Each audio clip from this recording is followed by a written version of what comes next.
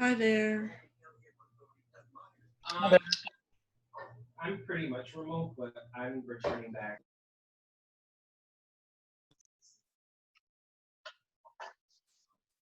I was just in the office today. All right, I'm gonna go back on mute.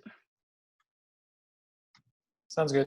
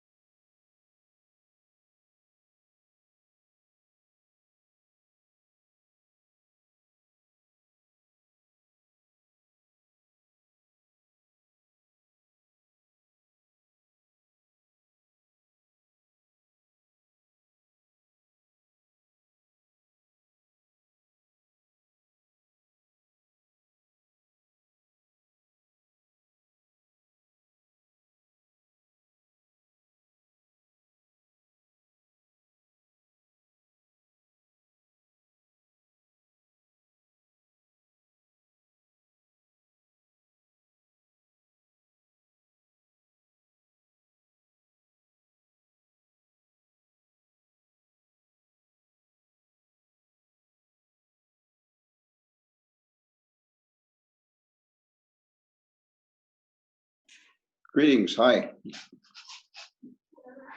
Hi there. Hi, Vanessa. Hello. Yes, sir. And we have, Hi. hi. And we have Brad on here and Zach. That's it for now, right? That's all I know of for now. I'm trying to get the YouTube live stream set up, but I'm having difficulties, so I'll check the participant list now.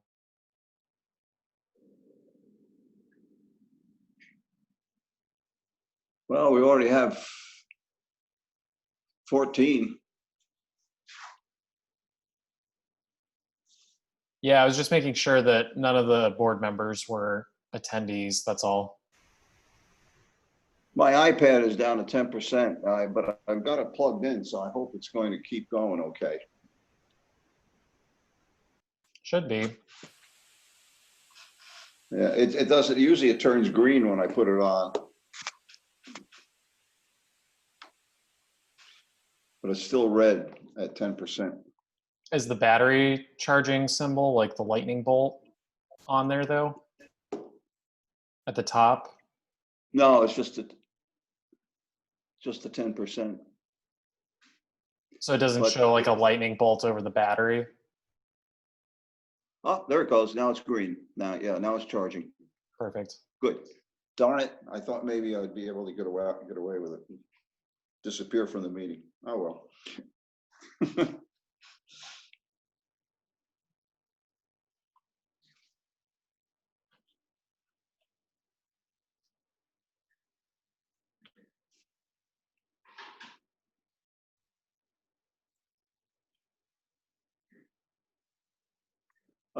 Zach, I'm going to, I'll introduce the meeting, then I'll ask you to talk about the timing issue and whatever clock you're going to use. Yeah, I was just planning on using the countdown clock that we've had in the past, which has a visual and audio Yep. sort of signals for it. So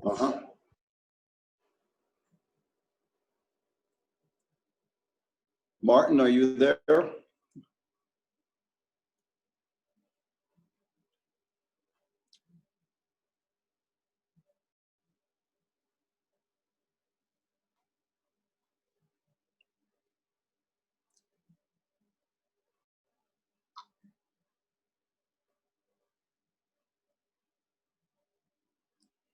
I thought I saw Martin Hall's name.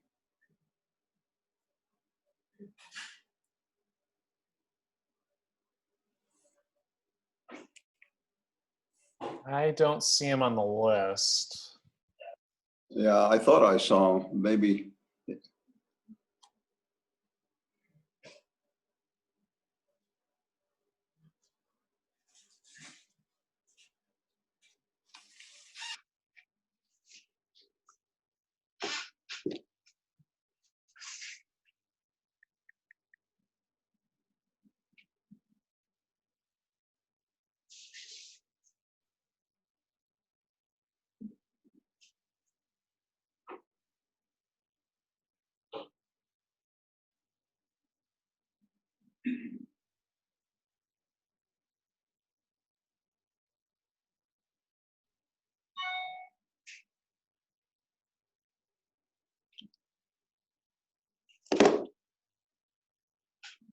Come on, it's after 6. We got to get going here. Where's everybody?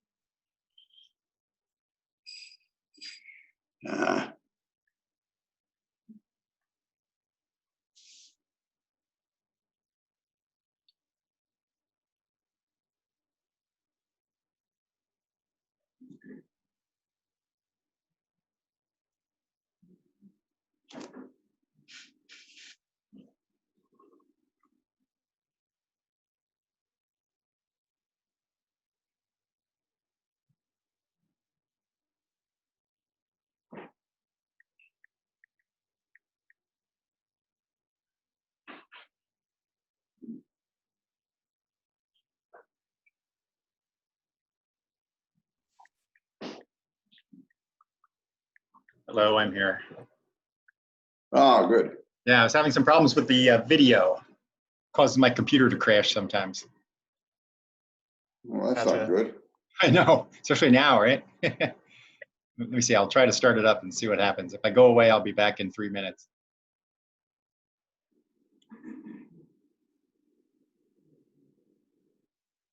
Okay, fingers crossed.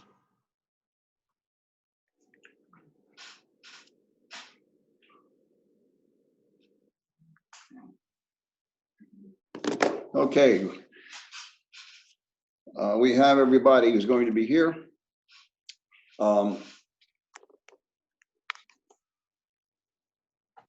Zach, do you want to open it up now to the public and we'll get going? Yeah, I'm still having a issue with the YouTube login. Amy, is there a way that you can start the live stream on YouTube?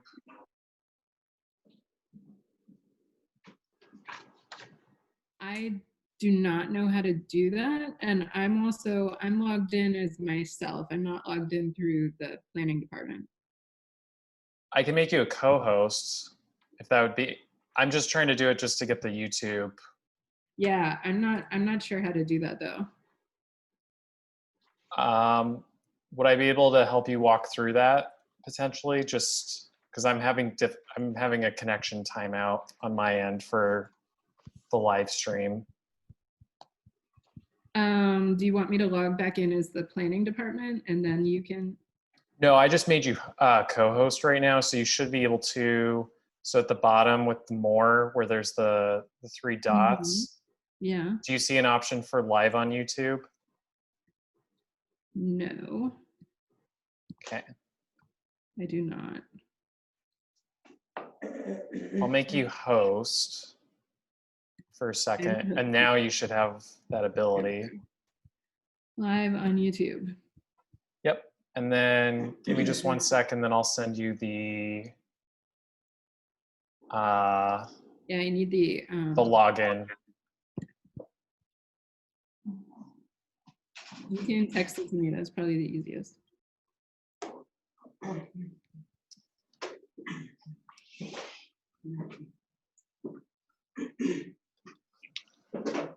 Zach, could we get the meeting going even if we don't have the YouTube stream? I mean, the participants are going to be on Zoom, a lot of them, right? Yeah, I mean, we have a sizable amount of participants. I'm just trying to make sure that we're doing our due diligence, just so that if people are watching on YouTube, that they have that option. But I will start moving over to. Give me 1 second. Okay.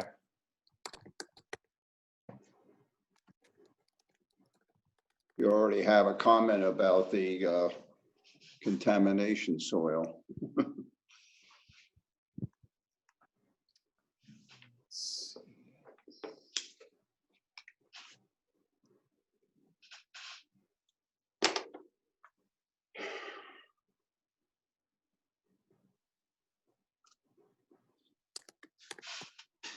Okay, are we ready?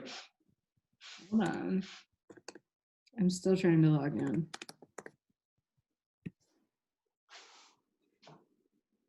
Zach, this wants to do the two-step password authentication. You could also try logging into YouTube with that instead of logging into like Gmail or Google specific account, and then try doing it that way. Why exactly is it not letting you do it? Because it says there's a connection timeout when I'm doing it. I don't think that this is gonna work with me trying to do it. That's okay. I can switch, or can you make me the host again? Yeah. Cool, thanks so much. Hold on. Okay, where are we now? I think we're just gonna proceed without YouTube. We All can right, are post we it on? later. We can post the recorded video later. Right. Okay, we're on. Are we on? Mhm. All right. Sorry for the delay.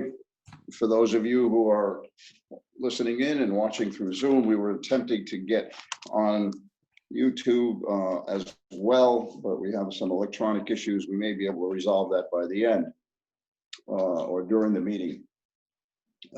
This is a meeting of the Albany City Planning Board for June, and I want to go through the procedures that we follow so that everybody is clear on that. With us are 4 planning board members, myself included, as well as our corporation counsel and principal planner as well. Corporation counsel is Amy Levine, principal planner is Zach Powell, and planning board members are Glenisa Guillard, Christopher Ellis, Martin Hall, and Al DeSalvo. I am the chair.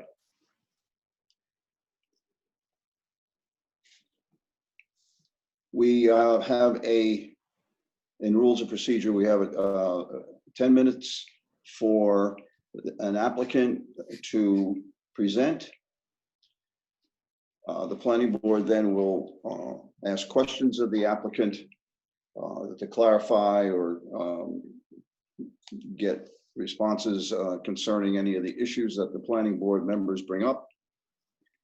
And we will then open the floor to comments from the public.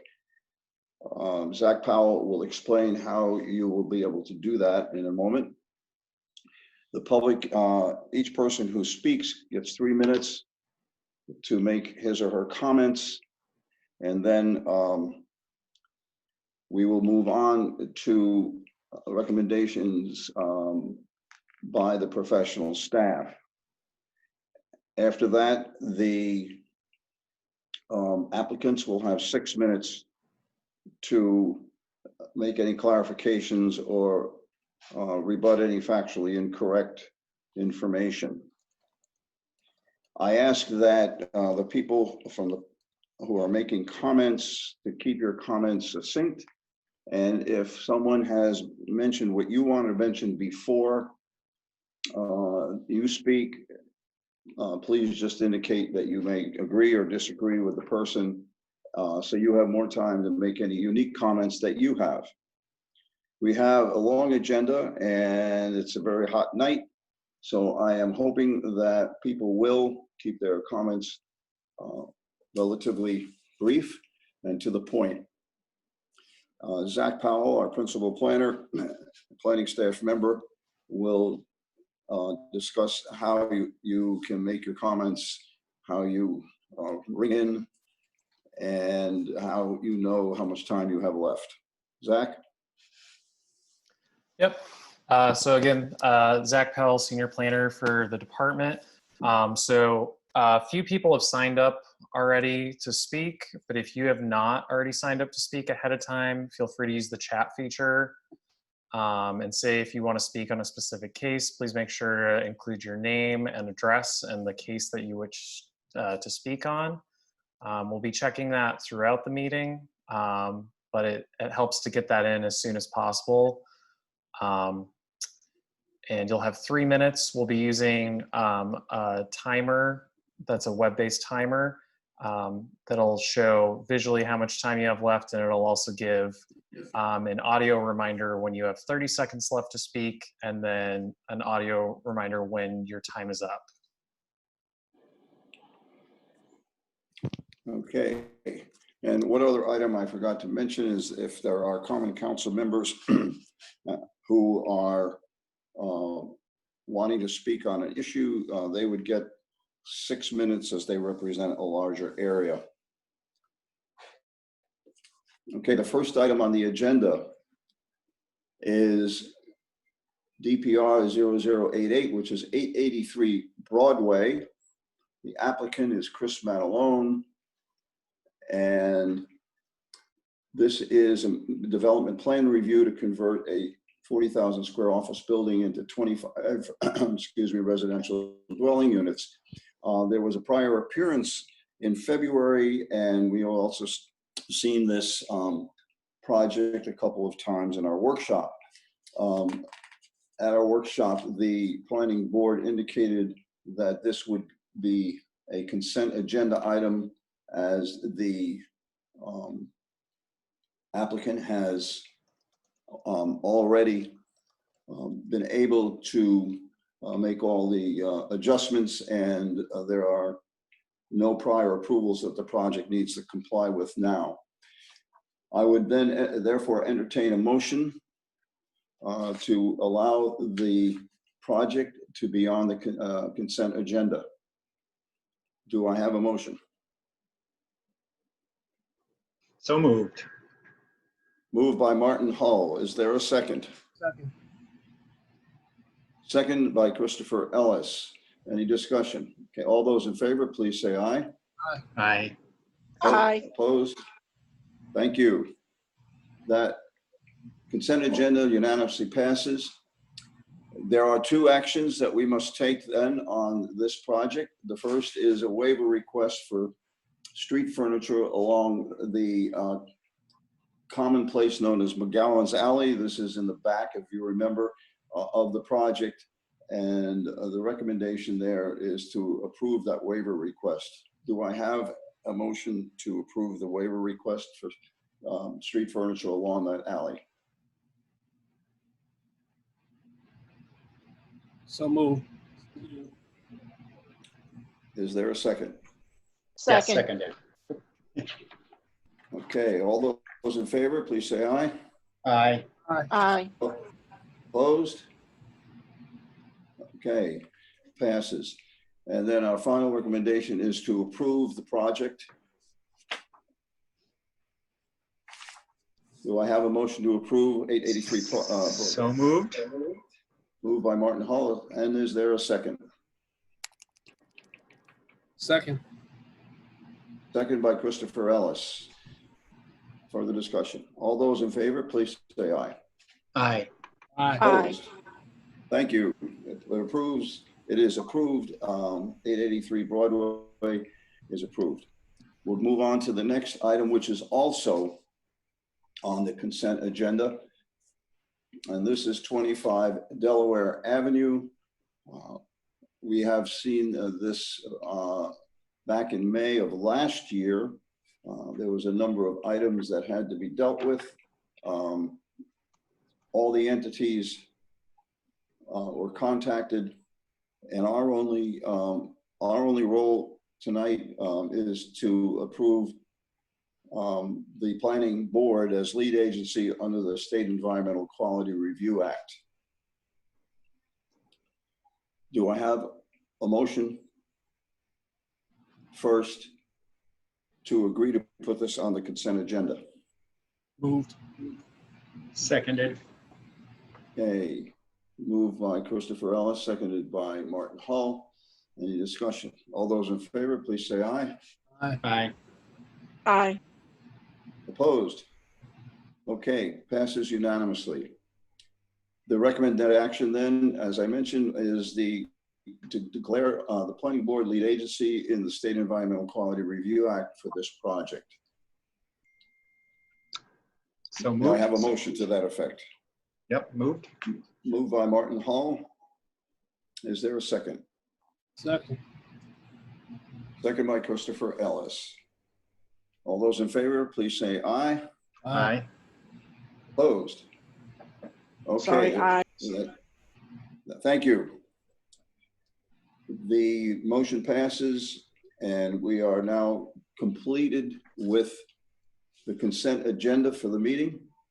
We move on now to the public meeting agenda, and the first item on the agenda is 163 Clinton Avenue. And this is a request to convert a 15,600 square foot former religious institution into a multifamily dwelling with 13 dwelling units. We had seen this at our prior meeting in May, and we've also seen this in our workshops. We would now entertain a presentation. So Brett and Adam I just promoted you to panelist, so you should be able to unmute yourselves and turn on the video if you'd like to.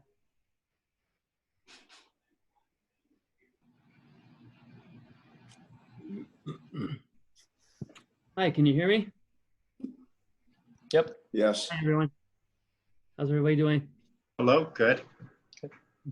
Is Now, Dan- I would just mention that we've seen this before, so if there's any major changes, we would like to make sure that we know what those are. You can make a brief overview of the project. Is Dan Hirschberg on? I think someone just, bear with me one second. I thought I just,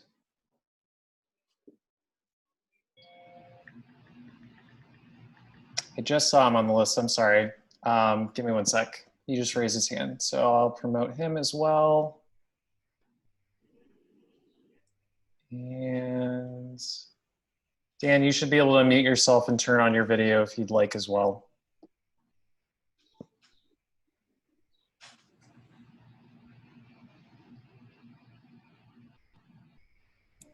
Dan, you there? I'm here. Okay. You can hear me now? Yep. Sorry about Starting the that. video so you can see my beautiful face also. Perfect. We're here tonight to present another presentation with regard to 163 Clinton. Last time, the major issue had to do with the parking. The location hasn't changed at all. For the parking standpoint, we did a analysis for the previous uses, which would have been for a church or for a school. Based upon a change in use, the required parking should be 0, and we are proposing to provide 0 on-site parking. Go to the next one. So we base it upon the fact is that with the 13 units, we will have a parking demand of 8 spaces. That's based upon an approximation of 0.6 spaces per unit, which is based upon the experience that home leasing has had with their similarly occupied types of units. Go to the next one. Response to questions. Home leasing is providing the following information. The first one is based upon the 60%. And that makes up that the required vehicles for the site would be approximately 8. I think we go to the next one. There's home leasing has explored options. We're currently advancing a proposal to put a parking lot at 255 through 271 Clinton Avenue. A preliminary review was done by the planning director, and they came up with the fact is we'd be entitled to put 33 spots on there. The applicant has a plan showing 38 spots, and they would apply for a variance to allow the 38 spots to be constructed. What those will do is not necessarily the people from 104 not necessarily going to 255 to park. What it will do is relieve the on-street parking by people who are closer, not parking on the street, and be able to move in. Although if people at 104 want a spot here, they can certainly come here and use it. They also have considered adding 2 additional parking spots behind 160. And that could help relieve the parking because it's right across the street from 163. Brett and Adam have talked to Michael Williams at CDTA. First of all, they confirmed the fact that there's a bus by here about every 30 minutes and on weekends. And this provides potential options for the residents who do not have vehicles.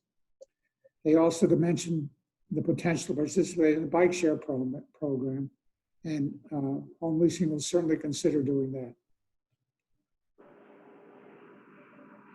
Next, we were requested to consider entering the site from the North Swan Street site and building retaining wall at the back, and need a retaining wall at the front end too, to and retaining walls at the back will be up to 16 feet high.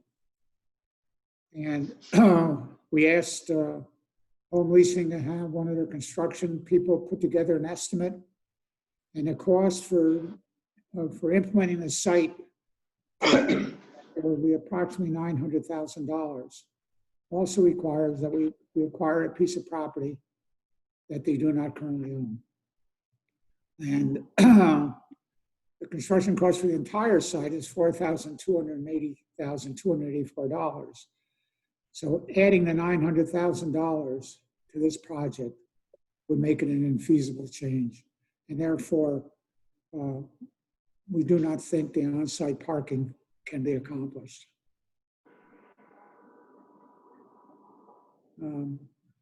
We added some planting screening on the site. We want to retain the trees at the back, add some landscaping along here, partially down the slope, and that's because the overhang from these trees would shade the area behind that row of new trees, and this would give them a better chance to survive. And we show two boxwood hedges along both sides, and those can survive pretty well in the low lighting that'll occur between the buildings. We think that meets the requirements of screening from residentially occupied areas. And I think I have one more.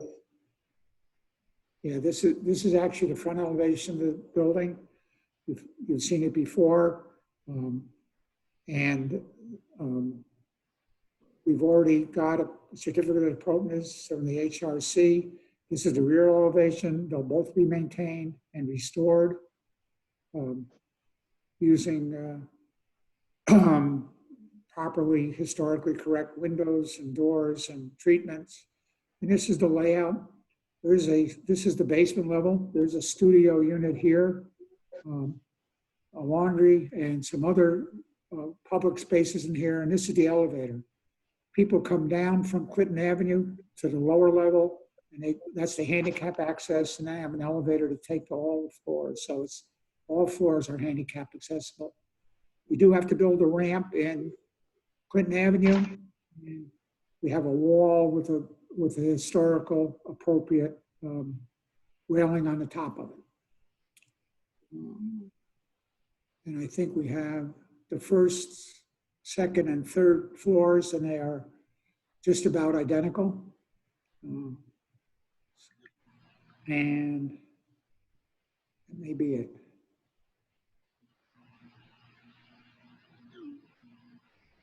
Okay, board members, do you have any questions to the applicant?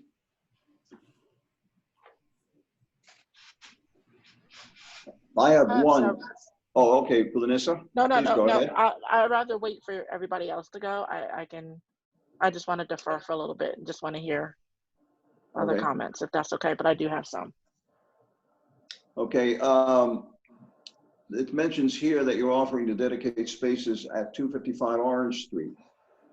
255 Clinton. Okay, that's a mistake on here. The 255 to 271 Clinton.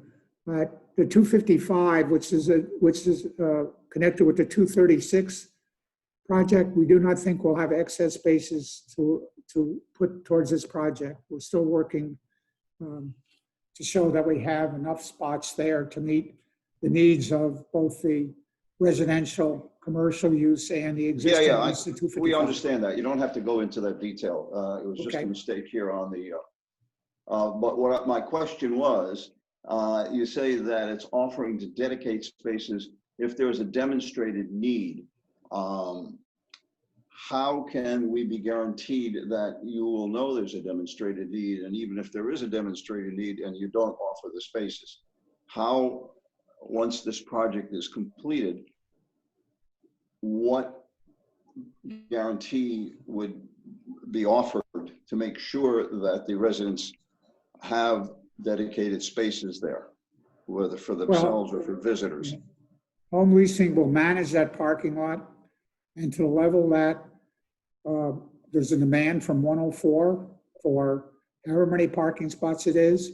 They're willing to put aside those parking spots and dedicate for them, although they think it might be more consistent with the uses to, if the people don't want to walk, it's like 3 blocks between 104 and 255. If they don't want to walk that far, if they decide to park on the street, they really may not be useful to have dedicated spots for 104. But to the level that they needed to provide parking for the residents of 104, they're willing to there are enough excess parking spots on that 255, if we get the 38 parking spots approved, to have that meet the need. Al, Can I add can I add to that? weigh in at some point, whenever it's appropriate? Sure. Who is this? Who is this speaking? It's Brad, Al. Brad Glass. Oh, thank you. But I'll let Brett speak if he wanted to add Sure. something, I suppose. Yeah, I think, you know, our parking demand is less than any number of permitted uses here. And with the 38 additional parking spaces up the street, we feel that really provides an enormous amount of relief along the street. So my inclination is to use those 38 spaces for any of our tenants on the street because it helps with the overall neighborhood need for parking. But if there becomes a particular need for these tenants at 163, we can take, you know, 6, 7, 8 of the spaces among the 38 and make them just for those tenants to be very strategic of this need at 163. So that's kind of how we think about it. But we think it would be much more efficient to make it available to all of our tenants because that provides relief throughout the entire corridor in a much more flexible way. Do you plan on charging for the spots? No, not to our tenants. No, we're unable to, in fact. We wouldn't be allowed to by our funders.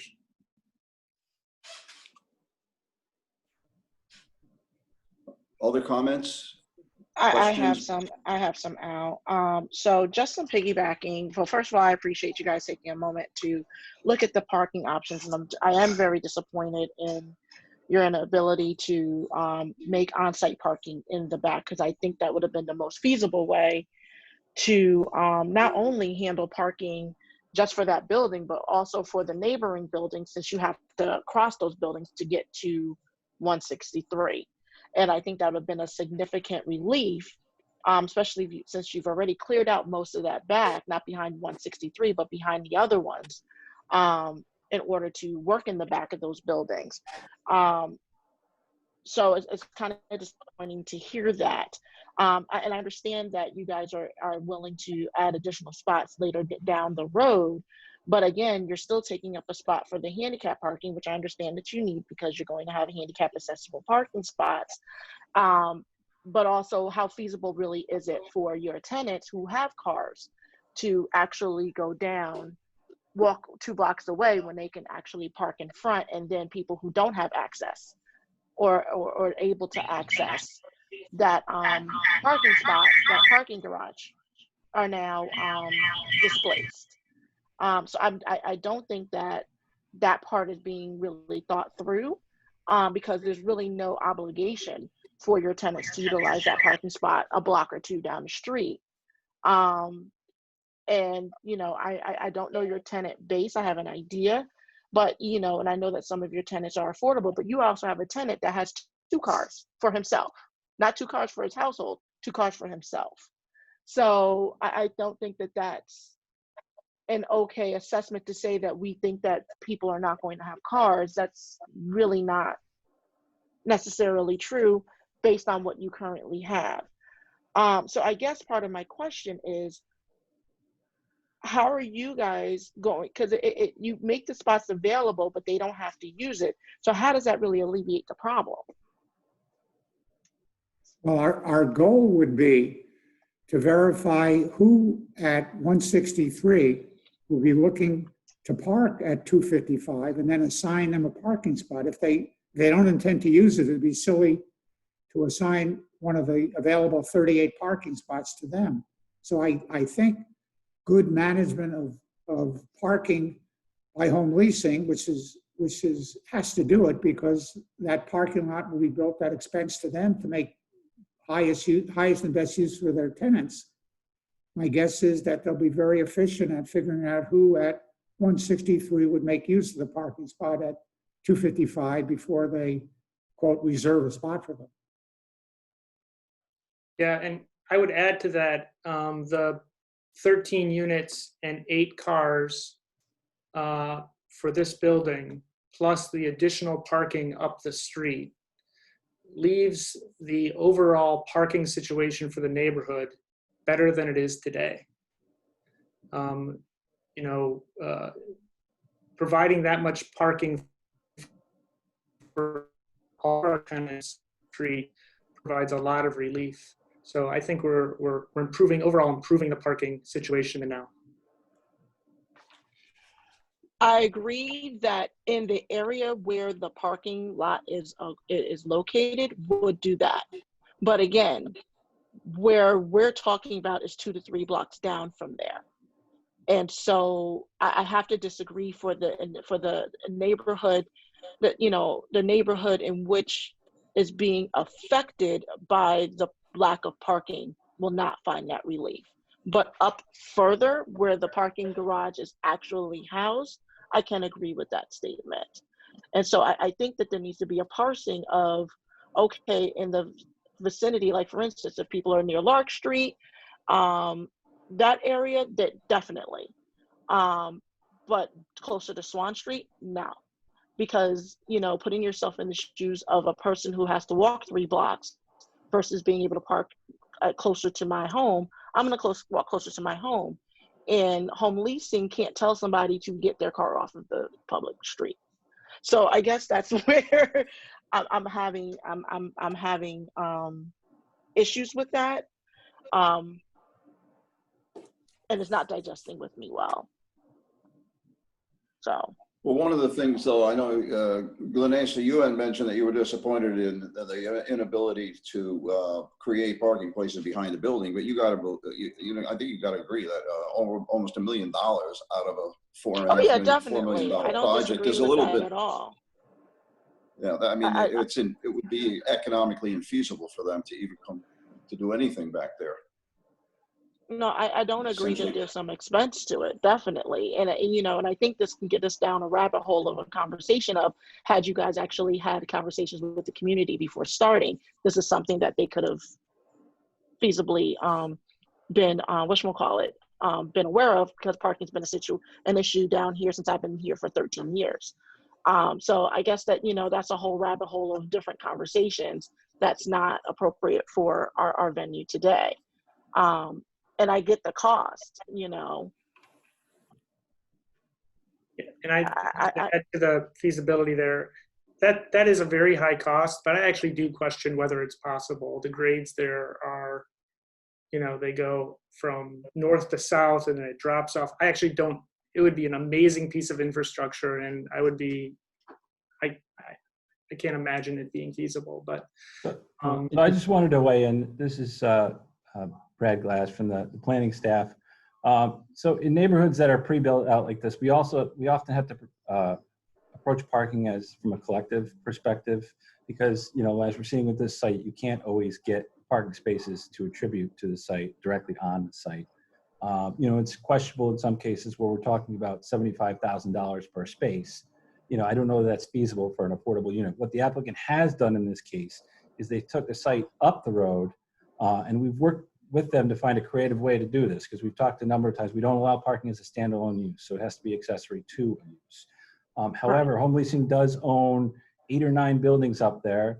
We calculated the units, and home leasing is going to construct there a 38 space lot where, because those are pre-existing uses, those also don't require parking. So we can't necessarily say that the applicants or the residents in this building are going to park up there, and maybe they won't.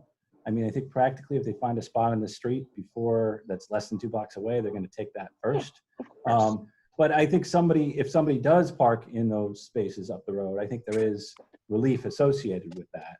I know they looked at some other smaller lots too, but you really get into questions of whether it's worth it to create a curb cut and such for 2 off-street parking spaces. You usually lose 1 on-street space. So it's challenging. So I just wanted to, because I didn't feel the applicant adequately conveyed the fact that, you know, they did make an effort up the road to create parking where they didn't need to. And I think originally that was proposed as a 22 space lot. We got that up to 33 with the code. That said, they'd like to accommodate the full 38. They are going to need a variance because 5 of those aren't directly attributable to the uses on that site. But, you know, that's something that the Board of Zoning Appeals will consider. And either 33 or 38, you know, I would also underscore that next time they do need to have these conversations with the community, because when the community doesn't know what's going on, you know, they don't know that some of these things have been thought through and considered. So I would just underscore that. And I don't know, I think it's a really good project. I think it's the building it's a key historic building on Clinton Avenue. It's a landlocked site. Again, if parking is a problem for this project, it's going to be a problem for other projects, and it may deter potential investors if they have to, you know, deal with this issue. So I would just encourage the board. I think this is a good project that they should support, and I think we'll continue to work with home leasing to identify opportunities. And I've seen I've seen them put in the effort to try and explore different sites. Yeah, I mean, maybe they can do a little bit better in some cases, but I just wanted to add my 2 cents with respect to that, and I think it's a good project that the board should support. Thanks. Are there any other questions to the applicant from the planning board? Okay. Zach, do you want to present the staff recommendations and items that you have listed? Al, I think there was somebody who put their name in the Q&A that they wanted to speak on this project. We will listen to people who make comments. I'm sorry, yes, we should do that first before we get into the staff recommendations. Okay, give me just 1 second and then I'll get the timer set up and then pull the people from the speakers list. So just 1 sec.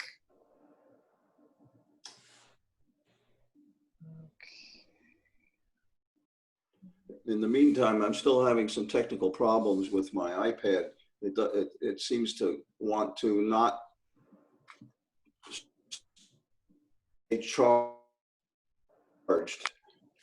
So I may be forced to go in a different route. So if I disappear, Martin, if you would take over and then I'll be back.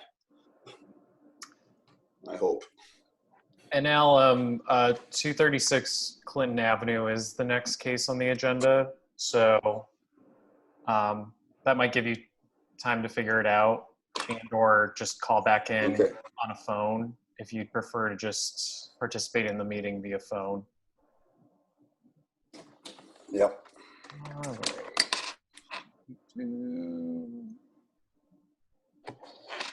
Aaron, are you there? I am here, but also my wife registered as well. So she. Yep, her name's Martha? Yes. Yep, okay. So what I'll do is I'll give you 3 minutes, and then once you're done, Martha will get 3 minutes. So whenever you're ready, I'll start the timer. Okay, well, Zach, I'll actually yield my time so that she can speak. Say that one more time. I'm going to yield Okay, my and time. please give your name and address for the record. I'm yielding my time. So if Martha's next, she can speak. Thank you. Okay. But I asked that please give your name and address. Al, he registered ahead of time, so we already have that information. So, Okay. And thank you. Sorry, and I think, Aaron, sorry about that. I thought Martha was on a separate line. Yes, I'm on. Sorry about that, Martha. That's okay. Okay, feel free to start whenever you're ready. Thank you. Hi, my name is Martha Codio, and I live on the corner of Swan and Clinton. So I am very close to the 163 Clinton Avenue building renovation. And I have 2 questions. My first question is, did the observed parking demand ratio take into account the already occupied home leasing units along Clinton Avenue? Because that's a concern to me. It's not all only about the 163, but it's also the other buildings that are already on Clinton Avenue as well. So did home leasing took all these into account? And of course, I'm happy to see that home leasing is renovating the 163 Clinton Avenue. It's a historical building, and I'm glad something is being done with it. My second question goes accordingly. Can the planning board meeting request an independent company to conduct an analysis of the parking location? And this is for an unbiased result. So it will be great to see another company doing an analysis so we can have a clearer view of what's going on Clinton Avenue and with the parking issues and situation. Thank you. Thank you. Anyone else up to speak? Martha was the only person, Martha and Aaron were the only people on the list that I knew of. Let me just check to make sure there's no one else who signed up, which it does not look like. So I would just, you know, and since some of Martha's statements, I did want to add just something to the record. So we did take a look at the census data for the American Community Survey. They do each year collect that. Right now they're working on they have the 2018 numbers, but over a 5-year average, we are able to look at census tracts and what the relative parking demand is for those tracts. For this tract in question, and it's actually, it was similar to another tract we looked at, there's around 15% or so of households have 2 vehicles, and there's about 32% of households that have no vehicles. And again, those are not individuals, those are households. In between are those households that generally have 1 vehicle. So I would say, you know, that comes out to about 0.7 on the census block as a whole, the census tract as a whole. It is somewhat in line with what home leasing is saying. You know, it's not to say that the project isn't going to create any parking demand. However, our code in acknowledging the fact that these are pre-built circumstances that can't always be directly addressed and still, you know, remedy or salvage these buildings. There isn't the parking that's required for this project. So I did just want to point that out. Thank you. Is there anything that you want to present, Zach, beyond what Brad has mentioned?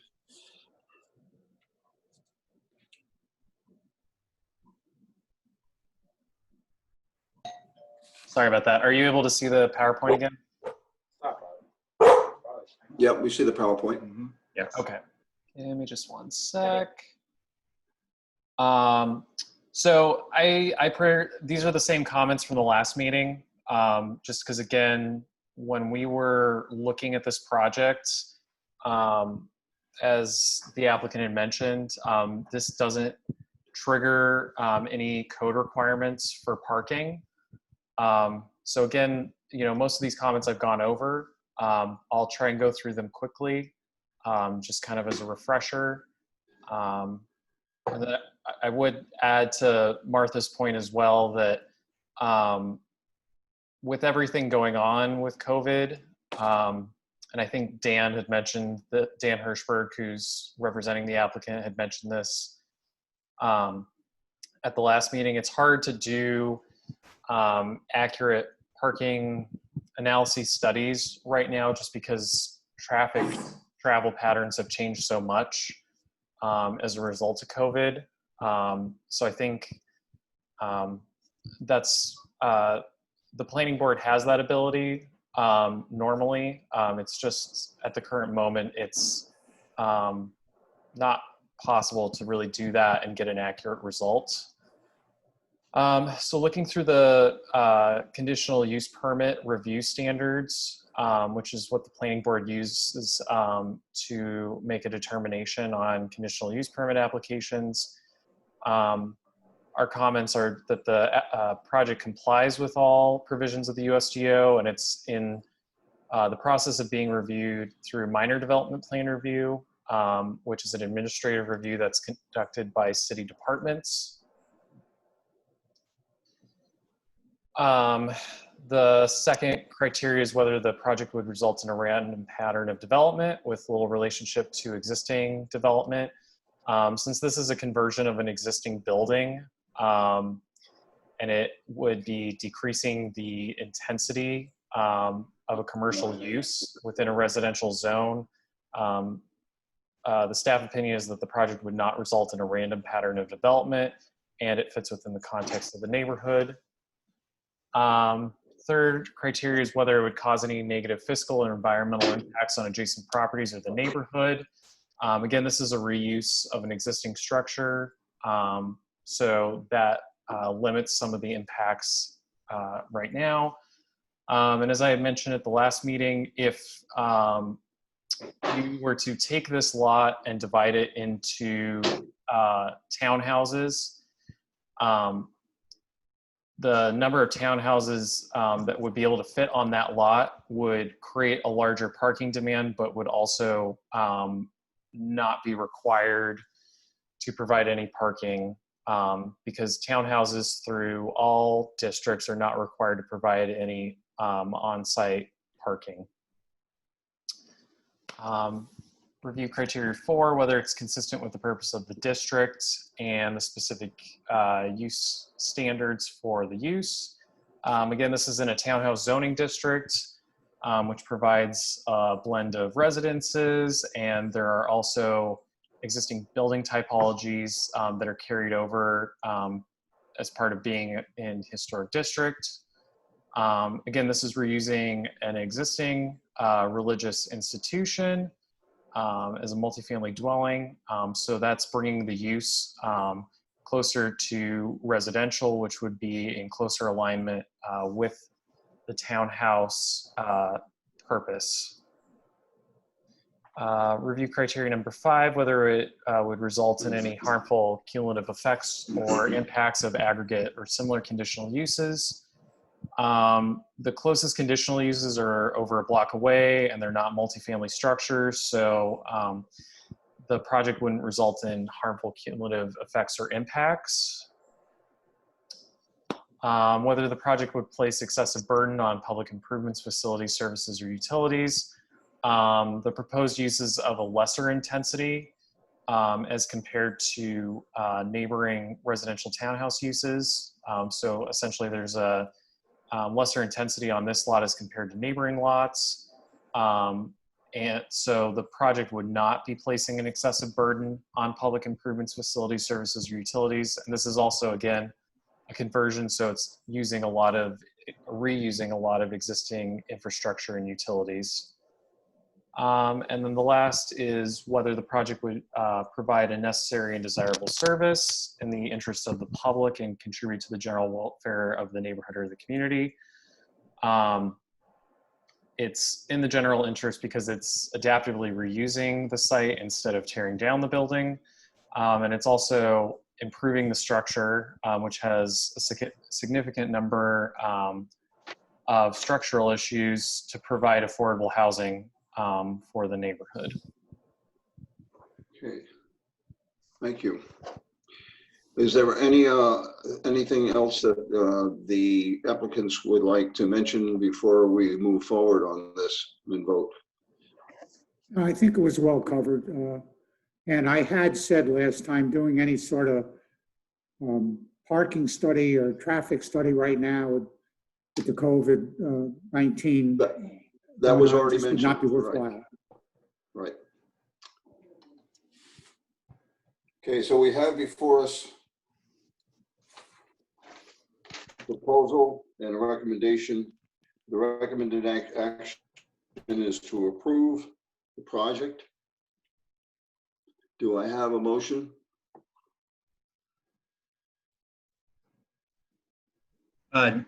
Al, I think I just want to mention a couple of the project. Yeah. I just wanted to say that I think that, well, I'm certainly very concerned about the additional cost that adding more parking than is required in this case to this project would have on affordable housing and revitalization in the neighborhood. So I think, well, parking does need to, do need balance, and we do need to address it. I think in this case, the value of those things, revitalization and affordable housing, are kind of come first in my mind. So with that, I'd present a motion. Okay, is there a second? Second. Is there a second to the motion? I'll second. I did hear a second. Chris. Thank you. Further discussion? All those in favor, please say aye. Aye. Aye. Aye. Vanessa, are you voting? No, I'm not. I'll abstain. Okay. Okay, the project is approved with 3 ayes and an abstention. The next item on the agenda I have here, Zach, is 11 Anderson Drive, but you mentioned 236 Clinton Avenue? Yeah, you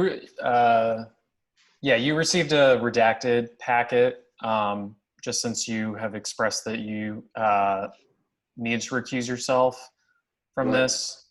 Oh, so it's on the agenda, but not on my agenda. Okay. Right. All right, so I will ask Martin to take over the meeting, as I have to recuse myself since I am an investor in one of the principal organizations, nonprofit organizations that are part of this. I will leave the meeting and come back after somebody gives me a call. Thank you. Okay, sounds good. Thank you, Al. Let's see, Zach, what do we have here? Do we have a presentation by the applicants, or are we? So looks like we're deferring on 2 things, right? So. Yeah, so just to give a little bit of context, and I think this is mainly just for the applicant to provide a quick update on what's changed.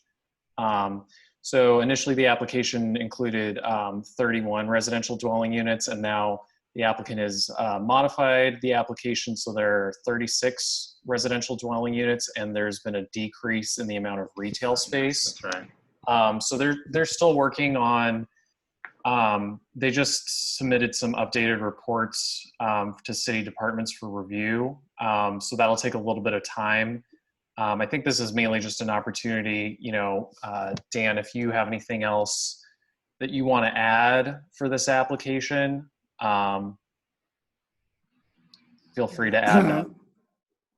I could, if you just want to run through some of the slides, I can point out some of the stuff that we've changed since the group last saw it. The existing conditions didn't change. Existing conditions, the one slide that always stays the same. The site has changed somewhat in that we added a portion to the 236 Clinton Avenue, so we can keep the impervious area down to the amount it has to be. We redesigned the storage structure, those underground big storage pipes, to store more water based upon an initial review by the Department of Water Supply. We resubmitted a revised stormwater pollution protection plan, and sewer and water plans got changed as the number of units changed. Actually, the amount of water generated by the site actually went down since the 5 studio apartments generates less water than would the increased commercial space. So those are the real changes with the site.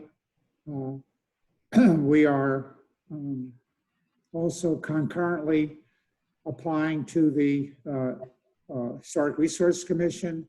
We expect to be on the agenda for July 1st to review it, and hopefully they can move forward with giving us a certificate of appropriateness. We made an application that went out digitally today that we think could be suitable for action at the July meeting, unless we miss something on our application, which is always possible. The The goal here would be to keep you folks informed of where we're going so that after the HRC could take action, that we can go forward and get approval. We're getting pretty close to the deadline that we have to demonstrate for funding purposes that we do have site plan approval. So we're hopeful that we could wrap it up in July, hopefully, so that we stay ahead of the next round of grant RFPs. Okay, thank you. Yeah. Any comments from the board or from the public on this one? No one from the public signed up to speak. Okay, good. So I guess we're do we have to officially defer or no? We just don't take any action, correct? I would defer to Amy on that. I think that's, Amy, can you provide some guidance on that?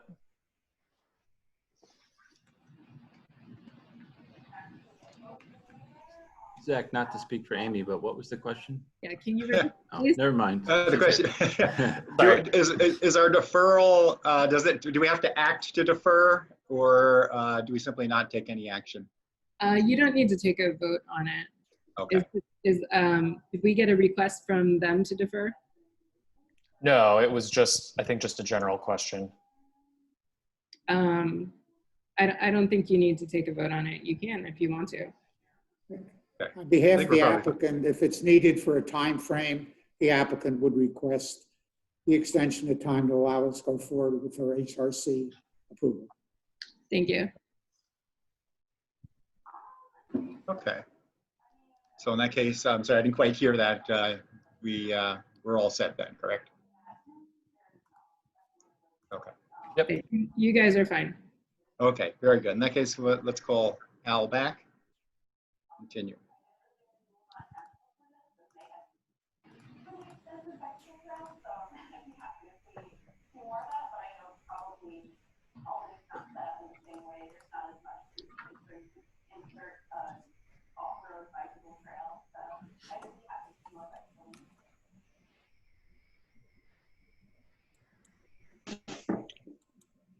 Okay. The project we're now considering is 11 Anderson Drive. This is a proposal for major development plan review to develop in a light industrial area a location for parking of vehicles. We saw this only at a planning board workshop meeting, and this is the first appearance in a planning board meeting. And the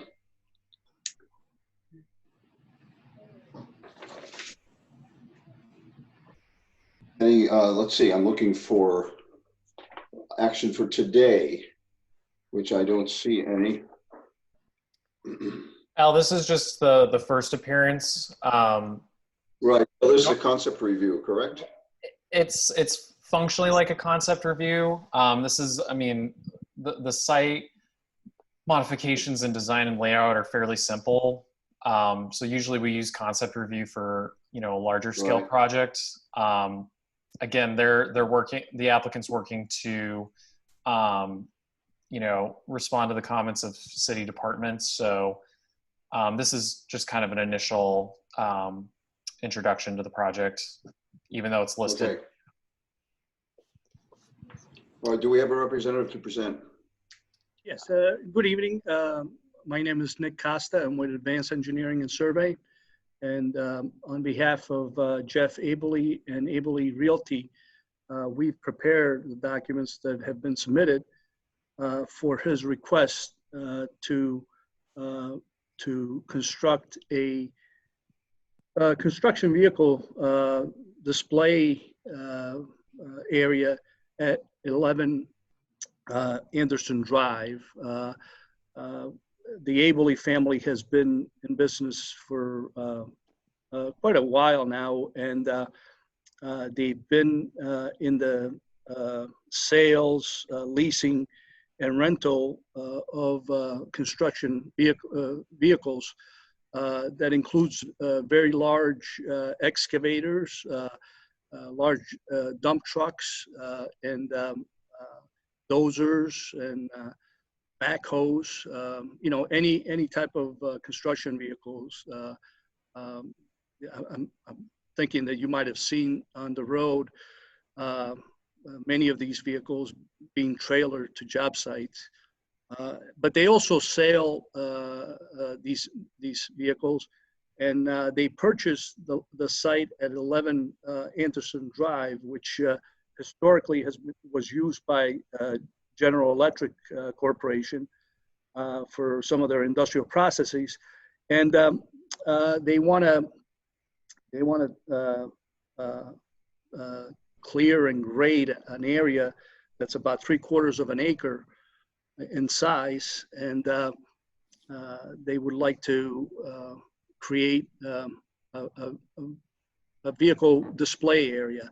This would only deal with new vehicles. I want to make that clear, and I was asked to make that clear by the applicant, that the only vehicles that would be parked at this location would be new vehicles. There wouldn't be either a storage yard.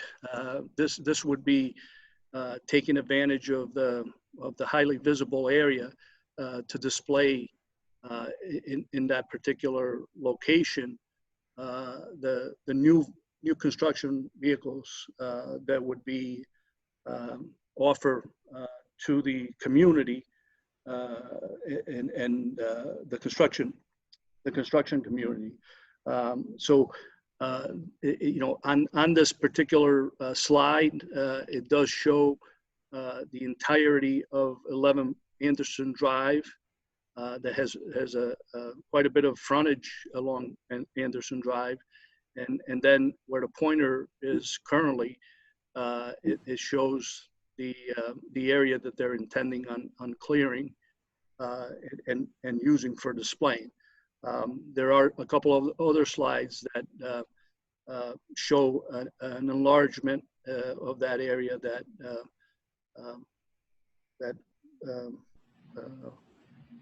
they plan on using. So I think that I'm not sure I can get to it, but again, this is the area right here. Yeah, that's good. The hatched area is the area that's being planned for the display area, the construction vehicle display area, and it's about 0.74 acres. It is located in a light industrial area or zone, and the site itself is about 4.68 acres. The parcel located at 11 Anderson Drive is about 4.68 acres in size, and they would take up about 0.74 to use for the vehicle display area. The site does have access from Anderson Drive. There's two large driveways that are located along Anderson Drive that would be utilized to access the site. If there are any questions, I'd be more than happy to try to answer them. And I believe that Jeff Abely is also on the call. If there was any other questions that I wouldn't be able to answer. Are there questions from the board? No. Okay. Is there anyone here that will want to speak on this issue, Zach? No one's, let's see. I think Councilmember O'Brien raised his hand. Councilmember, are you trying to speak on this application? Yeah, I was going to say that this got mailed to me thinking it was in the 12th Ward, which it used to be. It is no longer in the 12th Ward, it's in the 11th Ward. So I forwarded what you sent to me to Alfredo Ballerin, who is the 11th Ward council member. I personally don't have any problem with it. It's an industrial area. And I don't know if Alfredo has gotten back to Abely or to the engineer. But that's, I just wanted, you may want to resend the materials you sent to me to Alfredo, although I know he does have them because I sent them to him. So that's the only thing I wanted to say. Yeah, so when looking at the ward maps for this property, it's actually located in the 4th ward. So we can share that with Kelly Kimbrough. You sure it's in the 4th? It's a Yes. long way from the 4th. Okay. It's in the 4th. Okay. I didn't think it was his. Be interesting if it was all three kind of connected together there. Anybody else? Okay. I wanted to make this a is the couple first time. comments if I could, Al. Yes, and who is this? It's Brad Glass. Okay, thank you, Brad. I just wanted to, call light to Abely's substantial investment in this site. And they do employ a number of people. They're expanding to within the city of Albany, and we should welcome that. Although I did want to just remind them again that, there was some clearing that took place prior to seeking approvals for the project. And I just wanted to underscore that it's important that that activity doesn't occur again. We're a resource for you guys to consult, if you need questions about how to expand the business within the city. So that's all I have to say. Thanks. And there was no questions from me. We just to respond to Brad, we do apologize about the activities that occur without the consulting of the city departments, and I've been assured that it won't happen again. Okay, there's no action to be taken tonight on this project, except actually none. We would be waiting for a number of reports by the technical agencies as well as county agencies, I believe, that have to weigh in on this. Is that correct, Zach? Yeah, so it's city departments, and then it would also be the Albany County Planning Board, just because it's of the proximity to the village and town of Colony. Okay. Alrighty, the next project that we have on the agenda is known as 76. And this is a number of properties on Crank Street, Leonard Street, and Scott Street. The applicant is a South End Development and council member Sonia Frederick, represented by Kelsey Carr of the Chazen Company. This is the first look at this project as an official planning board meeting, although we did see this at a planning board workshop earlier. Okay. We are ready for a presentation. Zach, can you also elevate Stephanie Ferradino? Yep, I just did. Is Jim on the call? I'm not seeing. Oh, there he is. Sorry about that. Okay, so all three of you should be able to speak now. That's great. Thank you, Zach. I'm going to start and we'll pull Kelsey in partway through the presentation if you want to just advance the slides. Okay. We have a lot of information to cover here, and I'm trying to be respectful of your time on a very complex. And so I'm Stephanie Ferradino of the Wagner Group. Kelsey Carr with Chazen will be speaking to us tonight. If you have building-specific questions, we will have Jim Garrison. Go ahead, Zach. This is the site. You're all familiar with it. I think we can move to the next slide. And these are just two new renderings that we wanted to share with you. You've seen some of the other renderings in prior meetings. So investment in the South End with a project of this magnitude requires moderate to high density in order to work financially. And that's in part why we're here on a map amendment. The 2007 Segway plan hasn't occurred with the anticipated growth that we thought would happen in the South End. And this project only works financially with the density we're proposing, which requires both the height we have sought in this zoning amendment as well as the density. And the density would be kind of moderate to high. The height allows us to control land costs, resulting in innovation, affordability, and low income, affordable housing, not low income, and also sustainability. Next, Zach. You've seen before, we've got 32 parcels included in this map amendment. This is a good perspective to show you what the existing looks like. And you'll see on the left in the light blue, mixed-use neighborhood edge covers almost a third of our property. And if you look at the proposed change, what we're proposing is another mixed-use zone that we're hoping to extend down to Seymour Street, and the mixed-use campus institutional zone. Go ahead with the next. If you look at a comparison of the uses that are allowed in the existing zoning and the proposed zoning, all of these uses that are depicted on this slide are permitted. Next slide.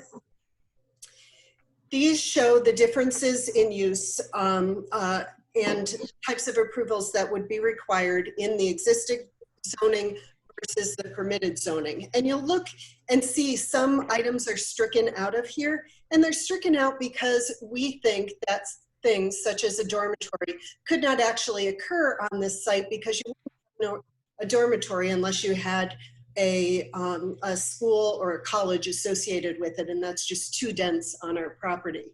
So this gives you a perspective and kind of an apples to apples comparison between what is currently allowed on the site versus what the uses are that could be allowed if the 76 did not go in. Go ahead, Zach.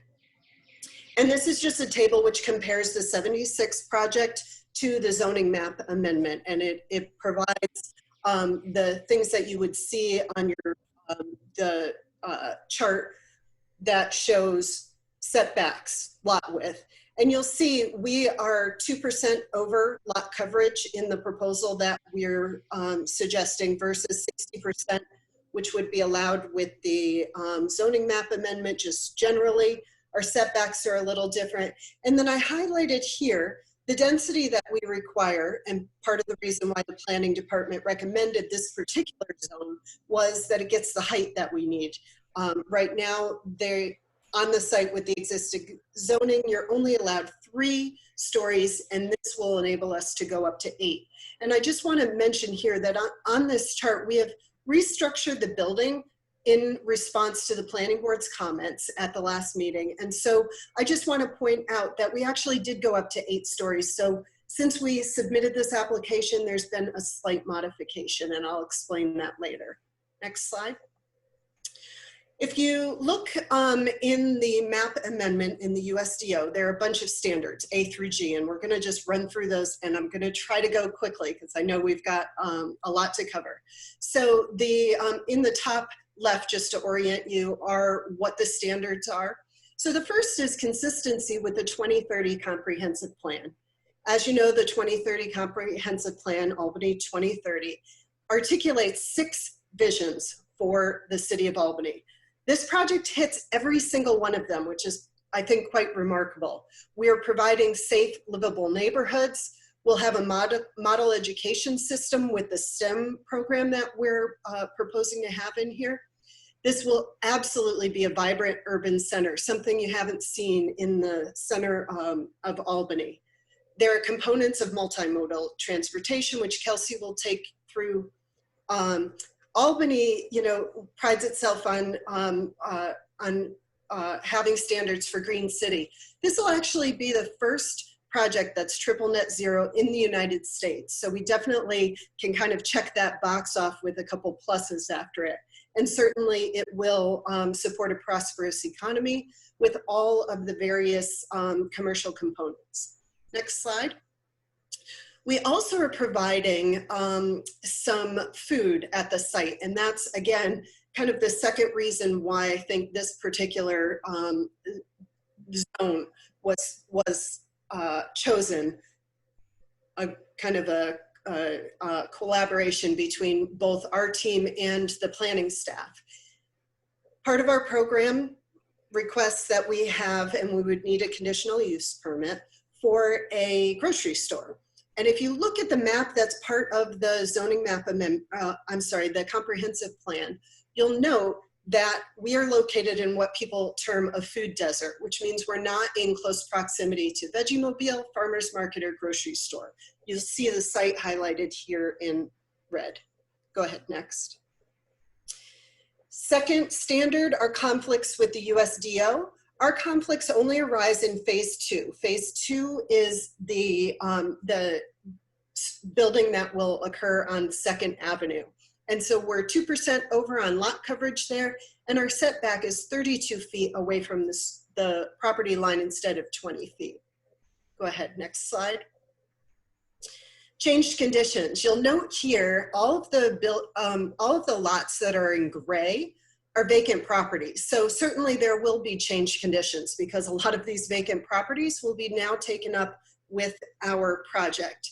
We don't think you want to see exactly what the conditions are here. That's kind of the point of revitalization. We're taking rundown buildings, we're taking vacant lots, and we're replacing them with a really cool, interesting, vibrant project. Go ahead, next. And these are just some pictures of the houses on our own property as well as some in the neighborhood. And there's one more slide of those. Okay, on to the next. The next standard is whether we address a demonstrated community need. And certainly everything that we exemplify in our proposal before you is the type of project that was envisioned in the 2007 Segway Plan. Not only do we meet all of the criteria, of the comprehensive plan, but we also are very much in alignment with this 2007 plan. And I'm just going to note that it's interesting that MRB Group was recently engaged by the planning department within the city to kind of revitalize this 2007 plan. So certainly the city is very interested in development in the South End. The old plan talks about public-private partnership, it talks about investment, it talks about revitalization, it talks about economy and commerce, and we are bringing all of that with this plan. Go ahead. Next standard. I combined the two of these, both the compatibility and the orderly development. I think you'll find within our plan, we're kind of creating this new urban landscape which allows people to live and to play and to work all within the same site. We'll also provide education, we'll provide medical care, financial abilities, groceries, food sources. So we think we check these boxes quite adequately. Next slide. All right, so the last standard within this particular section, and then we've got 2 more standards. I'm going to have Kelsey take you through significant adverse impacts on the environment. Okay, so as we've discussed, the project is being designed with the highest levels of sustainability, which will include net zero water design. And to achieve this, we will be balancing the demand for potable water that is drawn from the city's infrastructure with on-site reuse for gray water as well as irrigation purposes. And on top of that, we will also be treating black water on-site and looking to significantly reduce the discharge to the combined sewer system. As for air, we don't anticipate any negative impacts. In fact, the sustainable components of the project will significantly reduce carbon emissions to improve overall air quality. For noise, we will be mitigating those impacts through modular construction, which will condense the construction duration and minimize temporary noise impacts. The loading docks have been strategically located where there is adjacent vegetated buffer or there are no actual adjacent residential structures. And in addition, the hours of operation for the commercial uses will meet the city code and will be provided for review and approval. Next. For stormwater, the configuration of the subsurface parking structures actually allows for the courtyard areas beneath the buildings to be designed to function as green roofs. And so we will have both treatment as well as blue roof storage areas for detention within each of those courtyards. And to support the net zero water initiative, the project is designed to actually capture and store the entire 100-year storm event in these areas for reuse on site. And in addition, a separate off-site storm sewer will be extended within Seymour Street to greatly reduce the discharge to the combined sewer. I'd like to interrupt you here for a moment and ask the planning board, they are over their time. How many more slides do you have to go? Zach, what number are we on? Can you tell? I can't tell from my screen. Well, you're still talking about environmental resources. Sorry, bear with me. Give me 1 sec to look at the PowerPoint to see how many more slides are left. I would guess there are about 10. 74 to, so there's 16 more. Does the planning board, would you like to have this continue? This is a concept review, except for possibly one action tonight, but do you want to continue this presentation? I asked that to the planning board.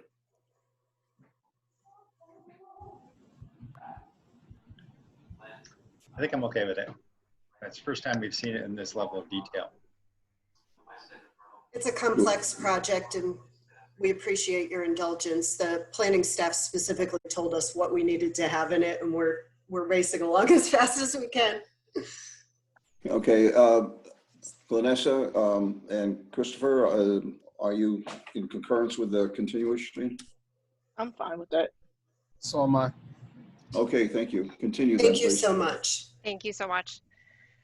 So when it comes to wildlife and vegetation, we don't anticipate any impacts. We're outside of the typical rare plant species and significant natural communities. And we will be limiting tree removal to certain periods so that there's no impact on long-eared bats. There are no wetlands on or adjacent to the property. Next slide. Okay, so we turn to the last two standards that are part of the zoning map amendment, and those are compatibility with existing and proposed uses.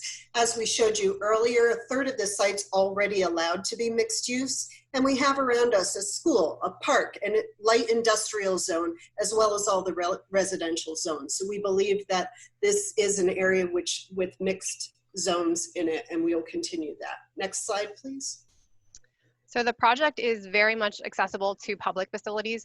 We have access to all the key utilities. We're a half a mile from the South Police Station, 0.6 miles from the South End Fire Department, 1.5 miles from Albany Medical Center, and then also adjacent to the Albany Community Charter School and adjacent to Crank Park. Next. Rezoning to MUCI, the staff asked us because this particular type of rezoning also has these requirements. So go ahead on the next slide. Visual impact. You'll see here on these slides an area that's depicted in the hatched red mark. And the Second Avenue is the building farthest to the right. Zach, whoops, if you can highlight that building. That's the one along Second Ave where the chair asked us to see if we could take off a level. And so we've reduced that to 6 stories. And then we've added that level onto the second building, the one right behind it, which is, yes, right there. And then you'll see along Crank Avenue, everywhere there's a hatch sign, we've reduced it a level in order to just provide a little respect towards the requests of the planning board. Next slide, you'll see just a quick depiction of what it will look like in a rendering. Next slide. This is a current view along Scott Street, and to the left, you would be looking down towards Crank Park. Next slide. And what that view will look like. Next slide.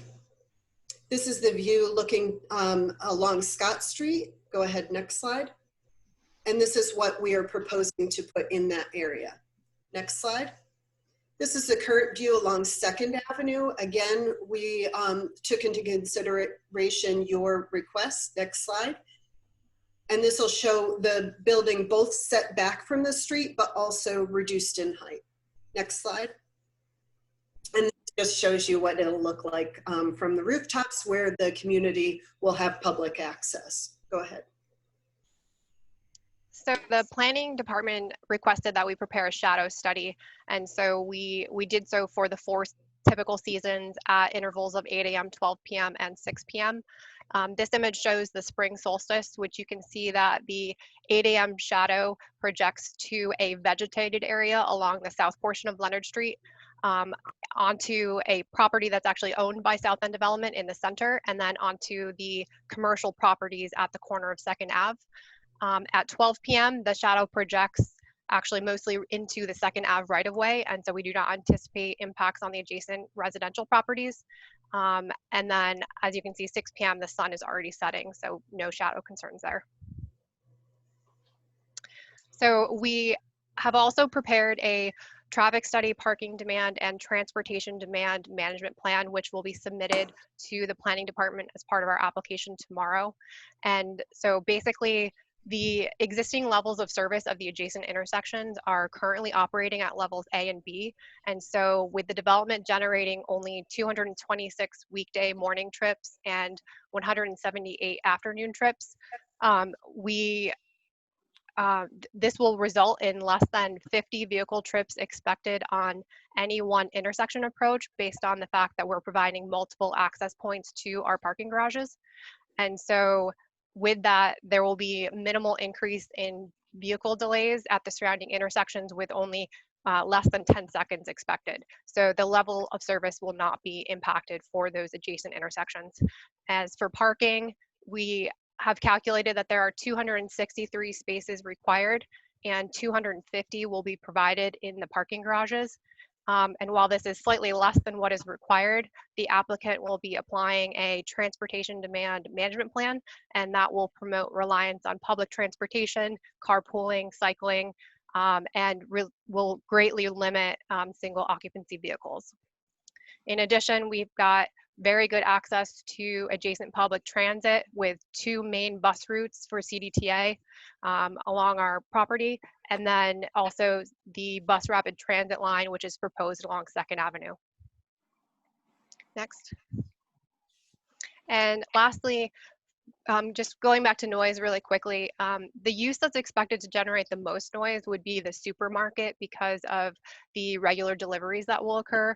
But this will be specifically addressed by restricted delivery times and as well as a densely vegetated buffer at the entrance to that loading area. Next. And finally, projects like this don't happen without everybody working collaboratively. We thank the planning staff for all of the recommendations and the guidance they've provided us.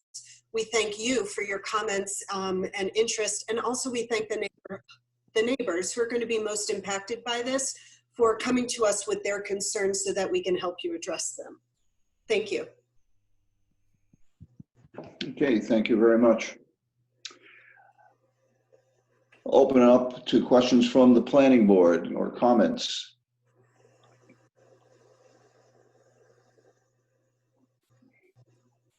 Just a quick question now. Are the structures on the roofs, are they solar panels? The flat Yes, they are. kind of wings that stick out beyond the edge of the buildings? Okay. Yeah, that will support the net zero energy goal. Right, okay. We'll also provide shade to the spaces that are below them. So there may be outdoor dining and those types of spaces that will have some shade. On a night like this, it would be quite welcome. Right, right.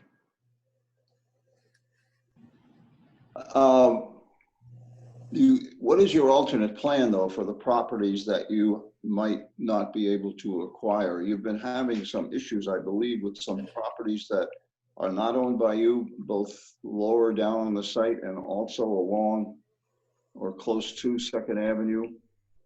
Where are you with that? And how do you plan to resolve that, especially if the people don't sell? Jim, Want to handle that, or you want me to take a first one? I can explain it. I think the property that's most. Who's speaking, please? This is Jim Garris. I'm the architect. The Okay. property that's most difficult, I suppose, is the particular property on Second Avenue. If we cannot acquire the property, that building on Second Avenue will be reduced to approximately half its length. And there is a plan that we showed, I think, in the previous submission, and that's really all we can do. So you're saying right now is that there's only one property that you're having an issue with? There's one property that is, I think, particularly difficult. The other ones, I think, are making good progress with. So that's where we're focusing our contingency. And that includes ones lower down on the site as well? That's what I understand, yeah. Okay, is there anybody else as a project in the project that wants to answer that a little bit more specifically? I understand that you. I believe we either own or are under contract or in contract negotiations with every owner except for the two in the front on Second Avenue. And so we have modified our plans to have, kind of the A game, the building that we would like, which is the one that's shown here in the rendering, or a building kind of half that size that will allow the two homes on Second Avenue to remain at their present location if they decide that they are not interested in selling. And I'll verify that information and provide it to Planning Department for circulation, but that's my understanding. Oh, Jaquin's can you elevate Jaquin so he can speak? Do you guys hear me? Yep. Yes. Everybody's Jaquin Hoke. So yeah, currently we own or under contract with all the properties excluding the two on Second Ave. Okay. Also my understanding from the previous presentation that we had at the workshop that this project is, I think, dependent on substantial funds through NYSERDA because of all of the really great effort that you're putting into the entire zero energy approach. And besides that, I understand that there might this might also benefit from the social investment program.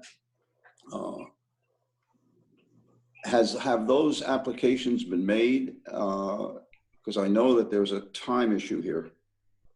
Yeah, so we've been awarded one of our first programs for the NYSERDA program. We've just submitted on their second round, which ended about a month ago. So we'll be waiting for feedback on that.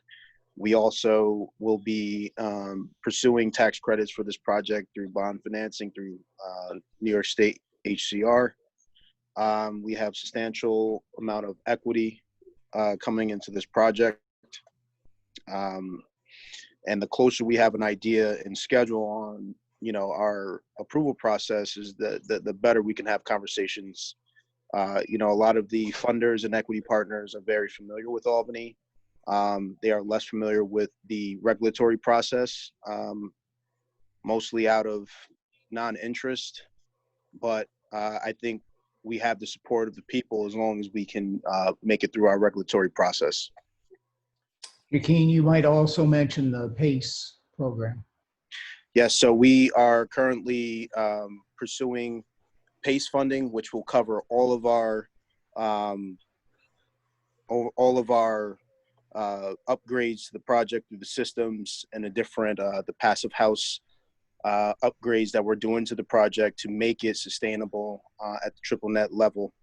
And so they're coming in substantially, and we have a lot of support in those conversations as well. So, we feel financially very strong.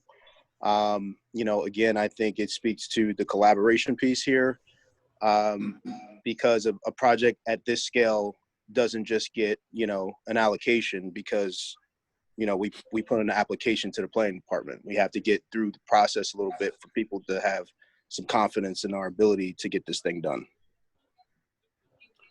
And is there an application that must be, that you're also going to go through with the IDA? Is that one in process? Yes, that is in process. Internally, we plan on submitting to the IDA ahead of next month's meeting. Okay. Other comments or questions by the planning board members? Okay. I have a question. I have a comment. Yes. Can you hear me? I'm sorry. Yes. I just have a couple of questions. I think this is a really good project and much needed in the South End. Having grown up in the South End, you know, things have been deteriorating for a while. So I think this is a nice influx in the neighborhood. I am concerned though with the scale of the project.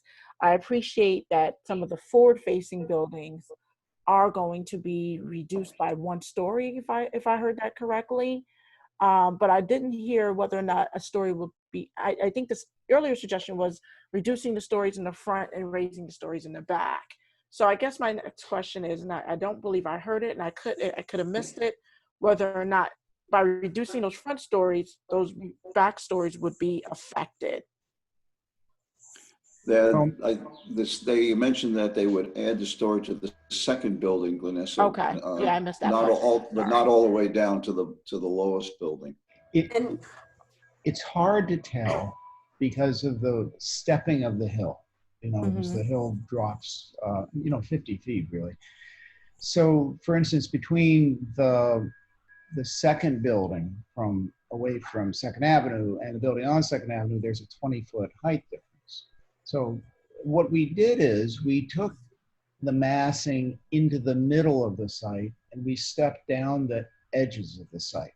Okay. And so we did that on Second Avenue and we did that on Crank. And we reduced it by basically a single story. And we did that by taking that second building from Second Avenue and bringing it up 1 story so we could maintain the unit count. And the density issue is a tough one, you know, because with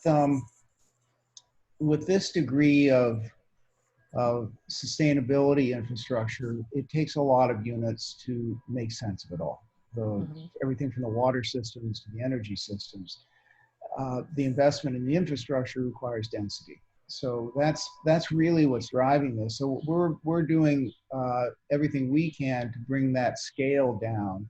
And that the setback on Second Avenue is part of that, and the setbacks on Crank are part of that as well. Yeah, and in the concept that's up on the screen now, the upper right-hand corner, that little concept, when you mentioned the edges, that's depicted, I think, by those, I don't know what you call them, just the concept itself, where it's a little bit lower on the very end of each of the buildings. Zach, could you highlight those areas? Just, right. So, just the ends of the buildings where it's stepped down. It's really hard to do this without a pointer on our end. Well, you know, scale for architects, scale is the thing that distinguishes good architecture from bad architecture very much of the time, right? How it relates to the body and the scale of the streets and so forth. With housing, and housing is typically about between 55 and 65 feet wide. It's just the housing buildings have a certain standard dimension. But what we've done here is we've taken and split that building along its center line and slipped portions of it out and then dropped their height. So that means that those small portions are the size of small buildings, and they're the ones that are faced forward. And that's the way we're manipulating this to bring the scale down as far as we possibly can with what we have. Okay, thank you. It also bears to note that along Crank Street, most of the houses actually front on Odell, not on Crank. So we're kind of the back end of the houses here in this area, or we own the other lots. So the impact on Crank will be, I think, primarily to pedestrians, not to the property owners. Right. There's another part to that too. Crank Street is a very important street because of its relationship to the park. It's rather narrow right now, and the block that is just opposite us is a narrow block. What our hope for the future is that we will retain those properties when we'll push the building facade of that development back to give Crank Street a wider aspect. And that I think, then this is in the future as we're looking at this, but I think there's a lot to be gained and worked upon in this district. I noticed that there are no street trees along any of the frontages. Is that part of your design, or is that just haven't quite gotten there yet? Cut that out. We're submitting a landscaping plan tomorrow that shows street trees in accordance with the city code. We'll have plenty of street trees. We're green, we just don't like trees. I was going to say, for a very environmentally sensitive project, it seems we'll also have irrigated green facades. The balconies will have irrigated planters. Saw that. That's right. Yeah. One more question, because it came up a couple of times regarding timeline and things of that nature. Can you please explain what your timeline is on this? And I guess there's maybe some things that maybe some timelines or deadlines that may be of concern. Can you expand on that a little bit? Joaquin, would you like to answer that?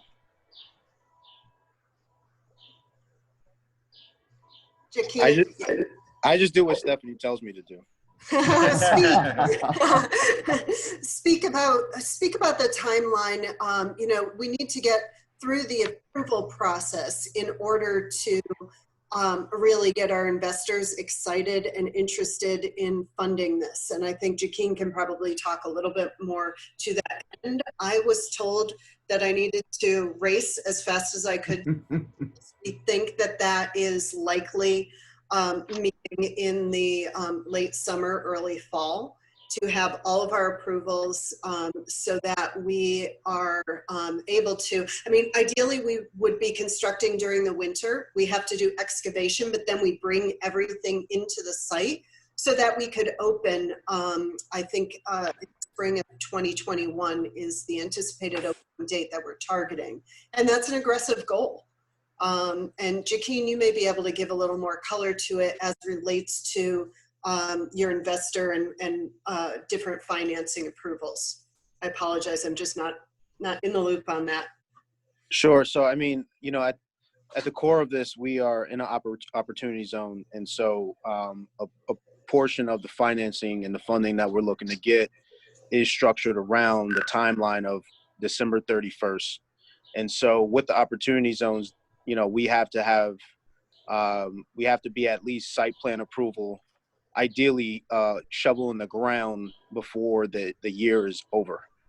And so that's our timeline. We're hopeful to have a timeline between November, December to put a shovel in the ground, which will put our investors at ease as well. And so that's where we're at.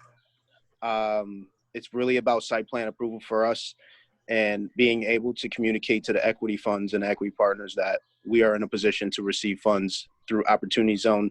And I use Opportunity Zone. It's not the only money. It's an incentive for external dollars to come in. It's not the only money, but it does sweeten the pot for us and for the investor. Okay. Any further? Yeah. So if the investor or investors, if you don't break the ground by the end of the year because we're still going through the regulatory process, how does that affect this project and being able to move it forward? That's a conversation that really changes the structure of our project. We will have to take some different considerations and move some things around. Right now, we are solidifying our PACE financing, which is a very big, it's nearly 30-35% of our financing. The other portions of our financing will be around, again, how many units we're going to be looking at. Right now, we're projecting 60% affordable on the tax finance, on the bond financing side. That will change if we have to pivot away from opportunity zones. So I don't have a clear-cut answer because, you know, I mean, we weren't expecting a year-long process for this. So opportunity zones effectively right now closes, and I don't, from what I've been told, I may be wrong, that after this year, they pretty much are closed moving forward. So that will be a different financing conversation. We'll still be able to pull in equity. We will have to change up the percentage of our affordable units so that the financing is still structured properly. We may have to toggle up our affordableness or toggle down the affordableness depending on how things shake out, because HCR does seem to have somewhat of a cap for projects in this area. So, you know, I don't have a full-blown answer for you, but we will be able to pivot along this process if we have to. And really, like I said, I just want to firm it up and say we will have to change our sorry, I'm at my grandmother's house. We will have to change up our pro forma and our structure of our units. And the design of the project likely. Yeah. Just send us back to, we'll be right back to you. Thank you. Other comments by the board? Okay, we'll open it up for comments by the members, participants in the community. Are there any people who would like to speak on this? Zach? And I would remind, if there are people who do want to speak, that this is just a very early concept review. There are a few steps to go through, and we'll definitely be seeing this again. Yeah, so we do have one person to speak on the list. Just as a reminder, please send your name and address in the chat if you want to speak on a specific project. So the first speaker on the list is Deborah Dunbrook.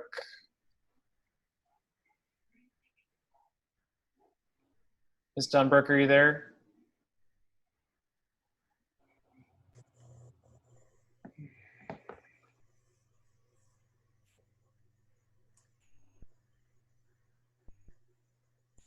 May need to unmute.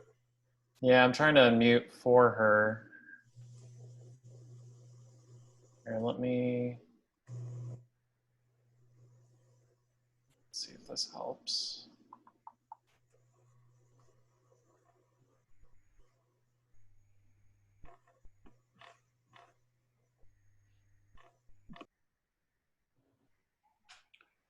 Ms. Dunbrook, She's still muted. there?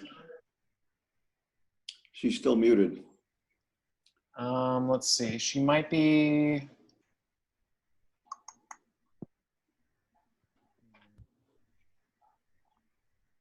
She's now unmuted. Okay. Are you there, Ms. Dunbrook?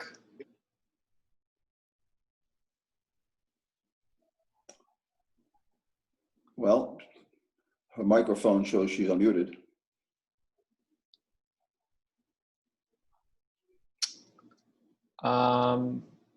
Okay.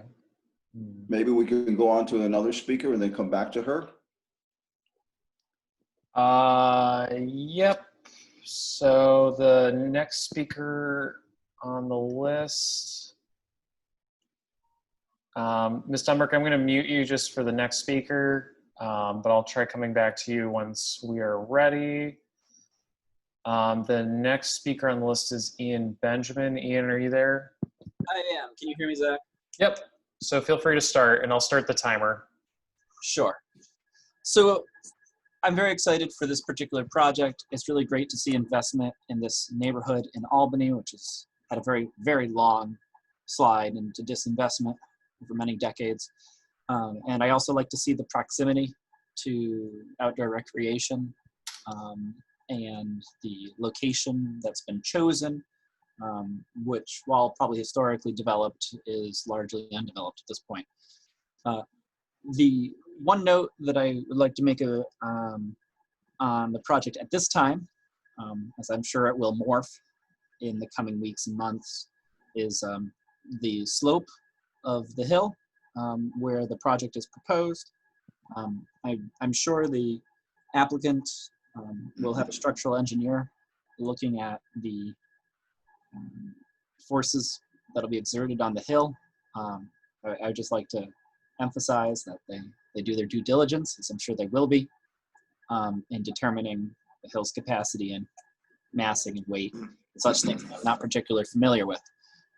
There have been other potential issues with slopes in our area and soils. So I would just like to underline that from a safety perspective. That's all I have to say at this time. Thank you. Thank you. Will we be able to go back to Mrs. Donbrook? Yes, sorry, I'm just checking my email just to see if she had emailed there to get in contact with us. Let me.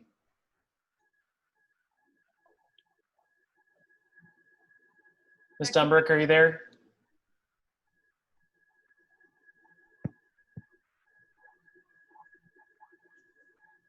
Ms. Dunbrick? Yep, sorry, Amy. Did we get written comments from Ms. Dunbrook? We got, she had sent comments to our office, not directly to the board, but she did express an interest in speaking at the meeting tonight. Well, she's unmuted. I don't know why we are unable to hear her. If we're unable to fix the technical issue, I think you could read those comments into the board. Bear with me just 1 second. I'm just checking my email just to make sure that she's not sent her phone number along in case she is on the call and using her phone as the audio, which I am not seeing. So bear with me 1 second.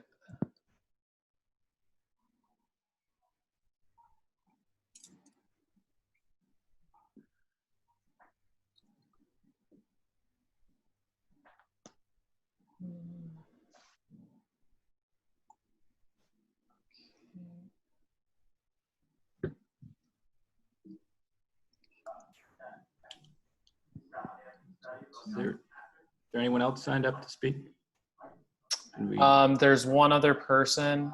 I have Ms. Dunbrick's comments here, so bear with me just 1 second. I'll put them on the screen and I can read them.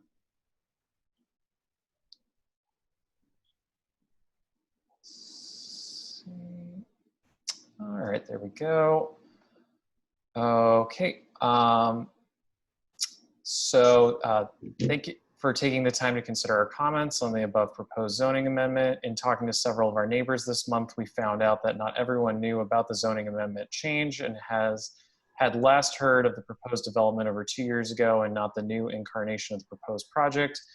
There's been no outreach to the community about the proposed zoning change or proposed project by the involved parties. Feeling in the community is that we have been marginalized in the discussion regarding our neighborhood and our future. Many in the community do not have computers, smartphones, or emails to participate in the city's Zoom meetings or South End Development's proposed June 30th Zoom meeting. In fact, I have never met the two principals of this proposed project, and our house is included in the proposed zoning change. Turns out I am not the only person in the immediate neighborhood who has not met them either. This seems like a total disregard for the people whose lives you plan on changing forever. Because of this, we took the initiative and went door to door to get a group of people together and met with Sonia Frederick, our new ward leader, who came and listened to what the neighborhood had to say and asked about our proposal. The following comments are ours. More comments will be forthcoming from the neighborhood community in time for the planning board's July public hearing on the zoning change. Number one, the proposed zoning change and proposed project do not fit into the character of the present residential and historical community. This is a residential neighborhood with limited small retail. The zoning should remain as it currently is and not be changed to zoning that does not allow 1 and 2 family houses. We have no problem with South End Development building 1 and 2 family houses that would fit into the character of the area.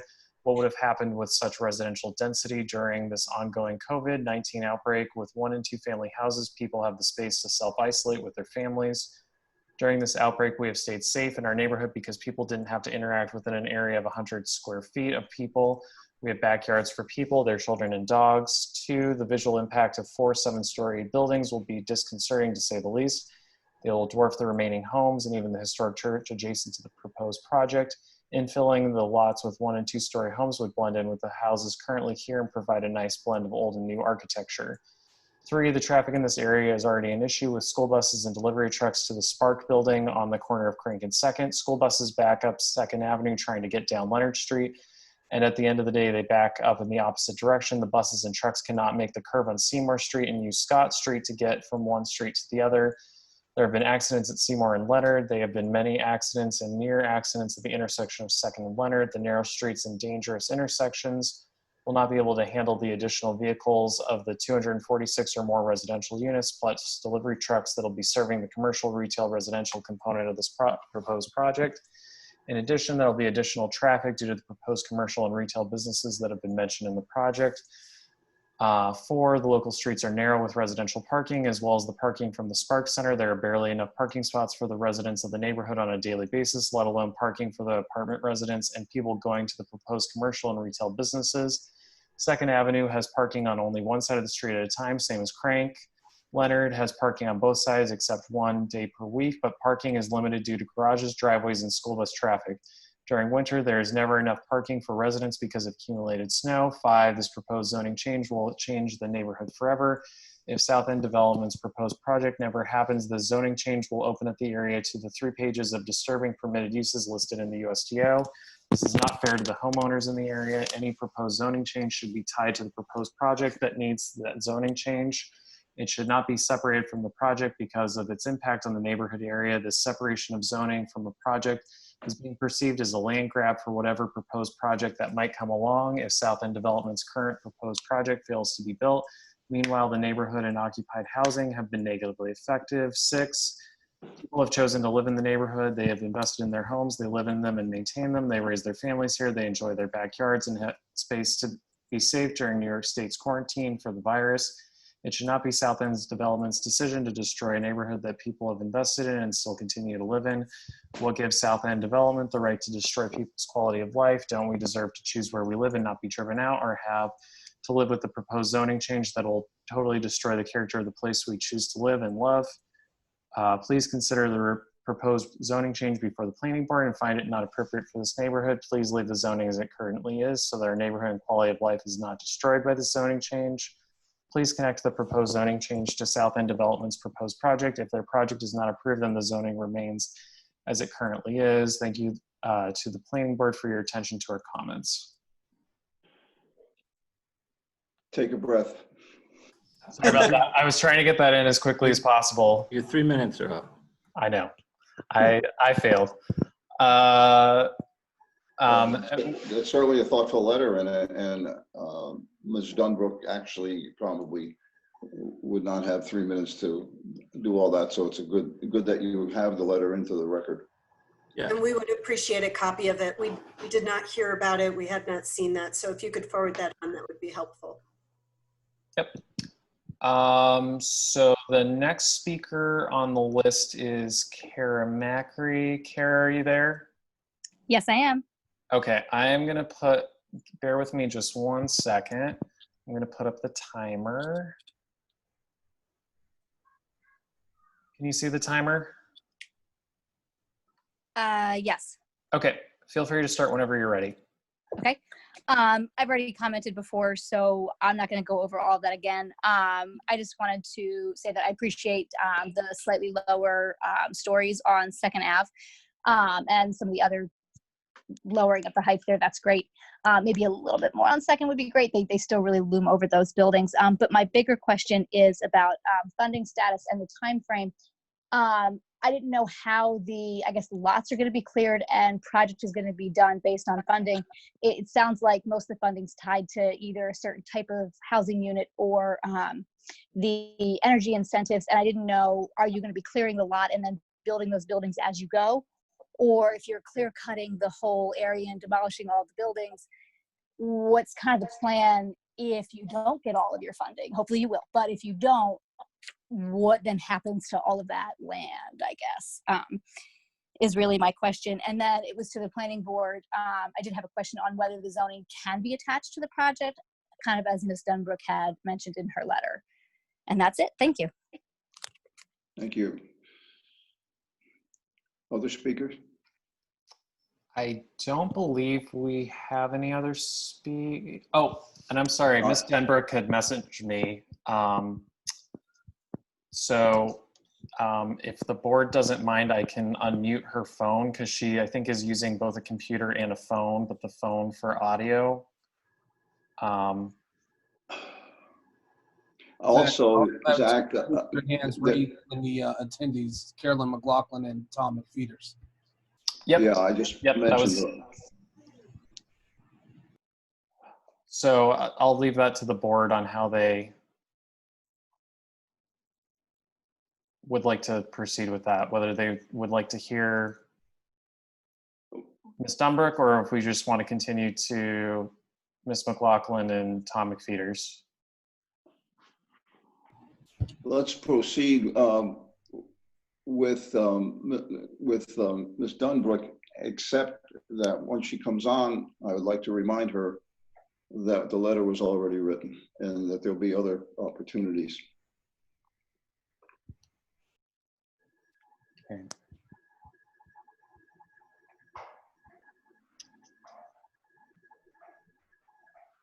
Ms. Dunbrook, if you're there, I don't see your phone on the attendee list, even though that you sent that through chat. So are you using your phone for audio or are you able to talk with a smart device? Are you there? Okay, I'm sorry. She sent a message that said her comments were read, no need for more. Okay. Thank you for that. Sorry, Ms. Dunbrook. Let us move on then to the other two speakers. Yep, bear with me just one second. Ms. McLaughlin, are you there? Yes, I am. Can you hear me? Yep. Feel free to start whenever you're ready. Thank you very much. I'm really excited to have the opportunity to speak on behalf of this project.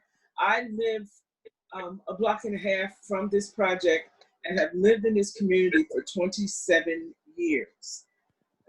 One of the programs that was alluded to in the presentation, the South End Segway Plan, was a plan that I worked on in 2007. And this project is one of the things that we talked about vigorously in there in terms of trying to move the South End forward. Not only was this type of project there, but it was also included in the Albany 2020 plan, this kind of planning. As I listened to you earlier with some other projects, and I saw some things that are going around in other parts of the city, and things that I've noticed on Clinton Avenue, I believe that the South End should not be left behind in terms of a project like this that can really make a significant difference in this community. I believe that you should give this project full consideration, knowing that it is going to be transforming of this community. And not only here, but you can be on the forefront of a national trend that other cities are going to be looking for projects like this. I've been in this community, for, as I said, for almost 30 years. I've been waiting for a project such as this in the South End. We've had some wonderful things take place through the Housing Authority, and I am excited that a private developer has come along and decided that they want to invest their time and energy in the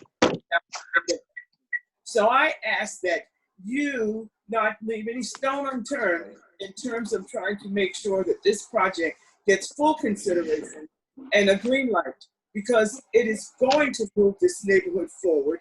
It is going to keep us from continuing to slide, as everyone who's made comments outside of people who don't live here make comments about the neighborhood sliding backwards. If you want it to be on the uphill climb, you've got to have a project such as this in place. And I will do whatever I can, use my bully pulpit and as a elected official, but also as a resident who lives here, who wants to see this happen. I think it is what the South End needs. It is what Second Avenue needs. It is the right thing at the right time for the South End of Albany. Thank you. Thank you very much.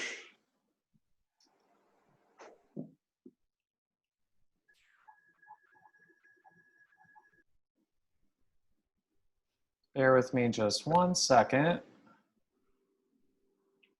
I believe Tom McFeeters is the other speaker. Yep. Sorry, I'm just kind of getting through the list of other speakers. Okay, Mr. McFeeters, are you there? Yes. Yes, I'm here. Can you hear me? Yep. Feel free to start whenever you're ready. Thank you. It's a little daunting to speak after Carolyn McLaughlin, who was not just participating in the South End plan in 2006 and 7, she was the chair of it. So I agree with everything she had to say about the need for a transformative project like this. The Housing Authority stepped up and did its part, but private investment is what we need and what we still need. I wanted to add 2 other things to that. One is that the South End Community Collaborative was formed 2 years ago to kind of fill in the gap when there wasn't much city attention being paid to the South End. Part of what we did was create our own wish list of the things that we think need to happen with new development. And at that point, we were looking more specifically what the Albany County Land Bank is proposing on Second Avenue also. But mixed use development, mixed income development is very high on the list of everybody who participated in that process as well. Thirdly, Second Avenue has been selected as a BRT route by a bus rapid transit route by CDTA. That's a lot of federal money. And the reason that federal money is there is to spur investment. So this project really fits very nicely into what the federal government wants to see happen in areas where they have BRT routes. So this is a very complicated process. And even though this is a really big project for the South End, it's not a really big project in a lot of other areas where you can afford to put in the funding and the time to dot every I and cross every T and spend a lot of time on this. I certainly hope the planning board can move this forward as quickly as possible, address the legitimate concerns that the neighbors have, but let's make it work. Thank you.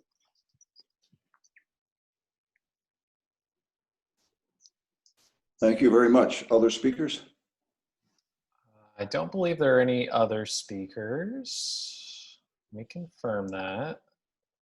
Nope, I think we are all set on speakers.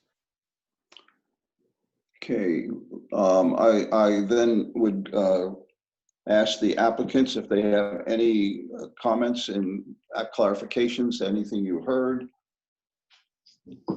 We appreciate the time that you've spent on us tonight. We know this is a complex project. We are certainly have been always willing to listen to Ms. Dunbrook, to talk with her. I would welcome the opportunity, and my contact information can be shared by the planning department so that we can have an adequate discussion so we can talk to her about impacts on her property. I've seen her house. It's beautifully maintained. I'm sure that she has a strong connection to it. So having that dialogue, opening that dialogue directly with us will allow us to understand what her concerns are and also to probably help her alleviate some of those. We initiated some discussions with the planning department about creative ways to alleviate some of her concerns. We haven't hammered out those yet. We expect that more discussion will come given what we've heard tonight. And we look forward to working together with the planning office, with the planning staff, with the planning department and the Common Council. This isn't an easy project, and we thank you for your time tonight. I do want to ask the one question I wanted to see. This. The letter that was read by Zach indicated that not only she, but a number of the people in the community didn't know about this project, didn't hear about this project for over 2 years. Of course, that was the previous proposal, but I wanted to find out Is that totally accurate? Have you not had meetings in the community? Jakeem maybe would respond to this, or maybe other members of the team as well as you. I was concerned that she indicated that nothing was seen about this for a long time, which I find hard to believe since it's such a big project. So I would like to add, so one, for purposes of just transparency, I've lived on 7 Leonard Street for 20 years, and my mom still currently owns a house. I grew up on that block. I grew up around the corner from this property. My family's been in the South End since the 50s. We've made attempts to communicate with Miss Dunbrook. We've mailed a letter to her asking her to, let's have a conversation. This was probably back in about January, February timeframe. We was met with no response. And we had planned many meetings, but with COVID, we knew it was going to be a challenge, and we didn't know how to move forward with the community meeting with the onset of everything with COVID. And even our June, our proposed community meeting on the 30th, again, is due to COVID. We don't want to create an environment where, you know, we're packing a bunch of people in a small space. So we decided to do online. We've also communicated clearly with Councilwoman Frederick, and she, after meeting with the group of the community people, I think it was about 15 or 20 people or so, many of the concerns of the group was really about just intricate details of the project. You know, how many affordable units, will we accept Section 8, different things like that. There was only a few technical conversation or comments that were made, but we responded to the councilwoman's questions from the community. I don't know if Ms. Dunbrook has gotten those, but last time I checked with Ms. Frederick, that she didn't get a response from Ms. Dunbrook. So, you know, I think we've made good attempts at trying to communicate with the community. I have a long history of working in this community outside of just living here. I've been publicly in the Times Union, made, you know, my interest in making sure that this community moves forward with the future. Made that very public and very clear.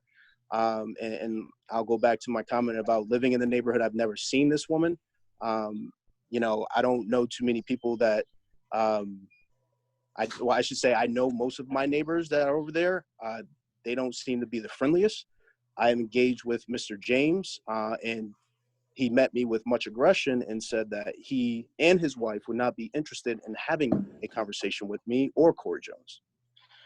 So we've made many attempts to have conversation.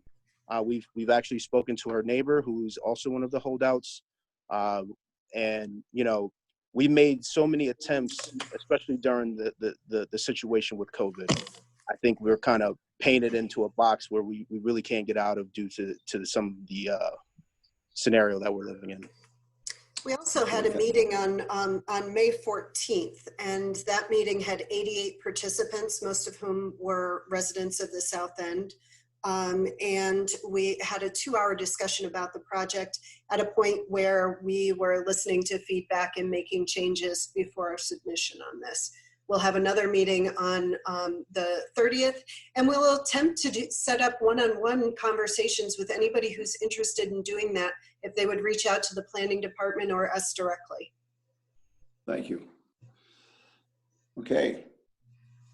So this is a project that will move along right now. Is there any action that we need to take tonight? So the only thing that I put in the staff recommendation was just to have the planning board consent to the Common Council acting as lead agency for the seeker review.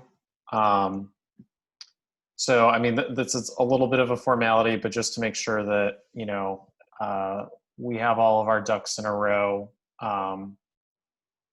so that the Common Council is able to do its job in reviewing the project through seeker. Okay, based on the comment by Zach Powell, then by consent, does the planning board formally consent to agree to have the Common Council acting as the lead state Environmental Quality Review Act agency? I'm in agreement, Al. Okay. Yes, I'm fine with that. Okay, Christopher? Yes. Okay.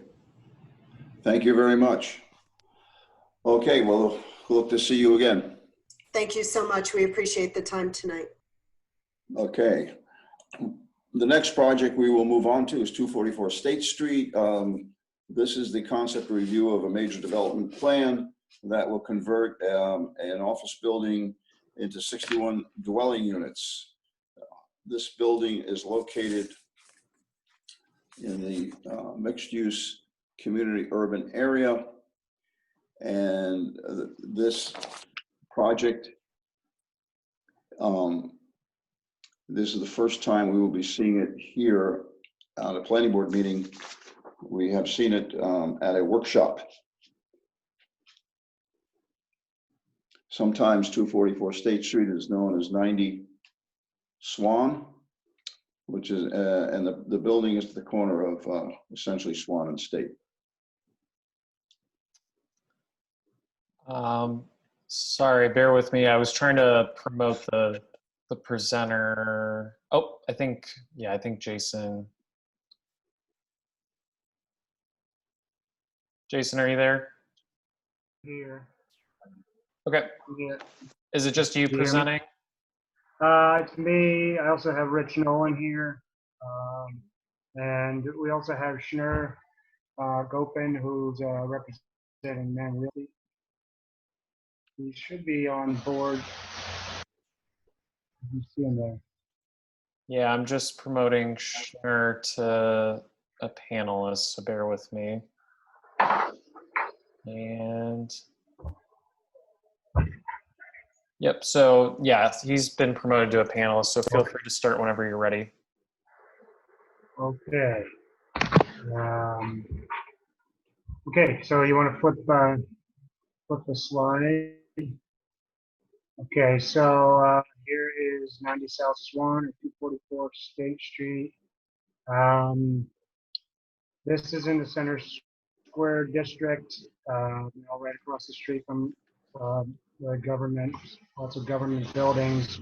You see here, it's an existing 4-story building. This is Chestnut that we're looking down in Swan Street, 4 stories along Chestnut, 3 stories along State Street, which is back on the other side of the building. We're kind of looking at the main entrances here along Swan Street.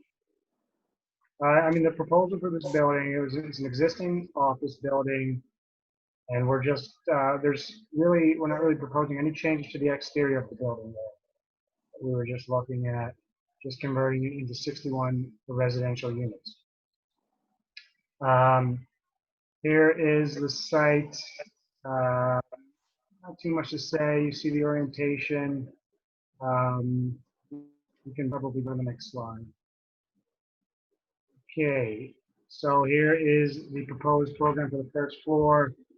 You can see there's 10 dwelling units on the first floor. Swan Street is kind of on the bottom, parallel to the bottom of this page here. You see that main entry that's kind of recessed. There's also proposed here to do a cafe in the corner of the building on Chestnut and South Swan, with 500 square footage right there. We also have amenity spaces, recreation spaces. You can see over there, there's a gym. There is a shared workspace. Yeah, that whole area there. And there's some recreation rooms and a conference room. We're meeting that minimum USDO requirement. 10% of the site square footage needs to be used as recreation space. So we're meeting that. Oh yeah, I just bounced through all those. There's the recreation space in green. Gym, that's sort of partially underground at that point. That's the gym and the rec rooms. Next slide is that yellow is that shared workspace for the tenants of the building. We're required for USDA over 50 units, we're required to have 5% affordable housing, which we're doing there. I think that's highlighted. I can't see on my screen. But there's 3 stories of those. We're required to have 3 units, so we're proposing those 3. Roof plans not changing. We'd be adding some of these condensing units to take care of each of the dwelling units. Other than that, utility-wise, we're talking about disconnecting the existing storm, disconnecting the roof drains from the existing storm lines, roof leaders. Well, I guess we can get to that if we get to the utilities.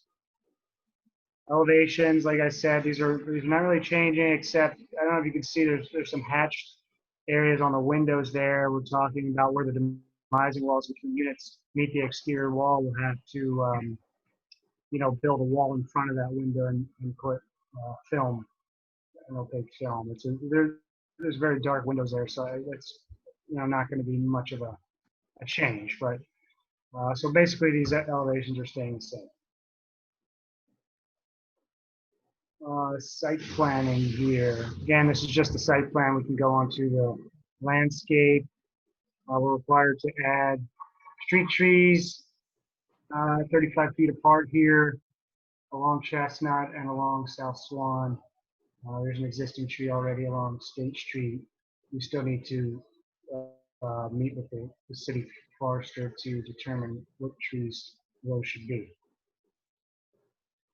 Utilities here, we've done an analysis, water sewer report, that we're adding all these units.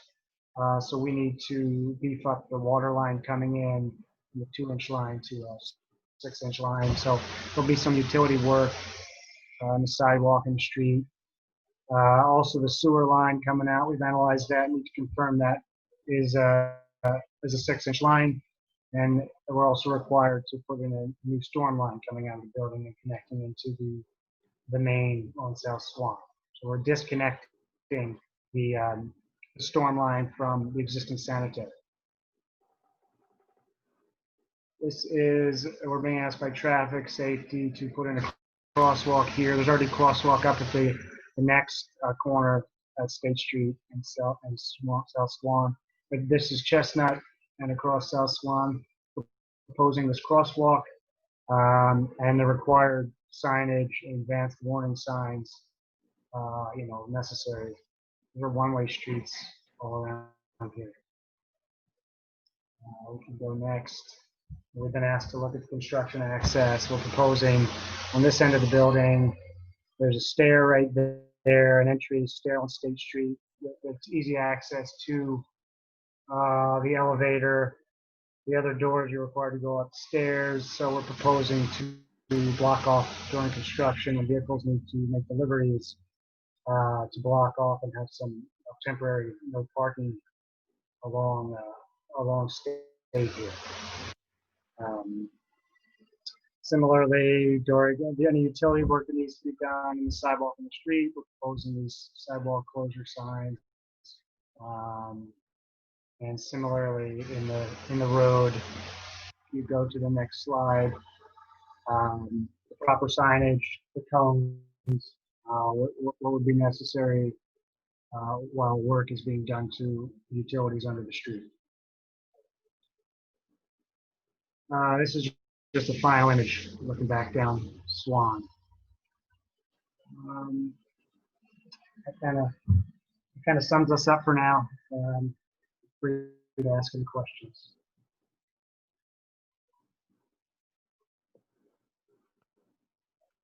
Okay, are there any questions by the board?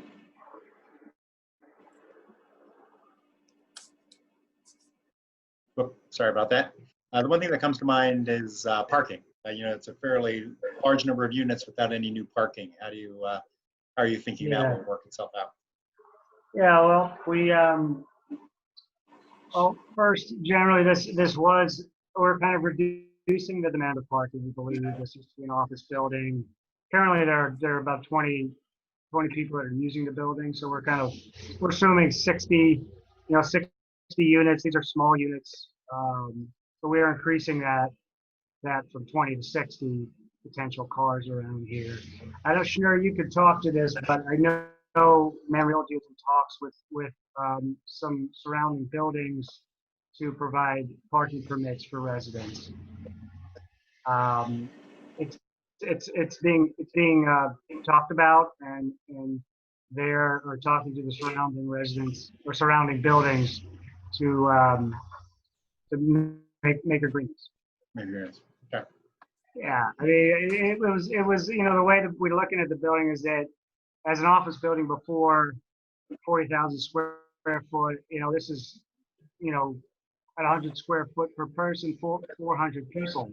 Before, well, we're reducing this down to about 60, theoretically. So we see this as a reduced demand.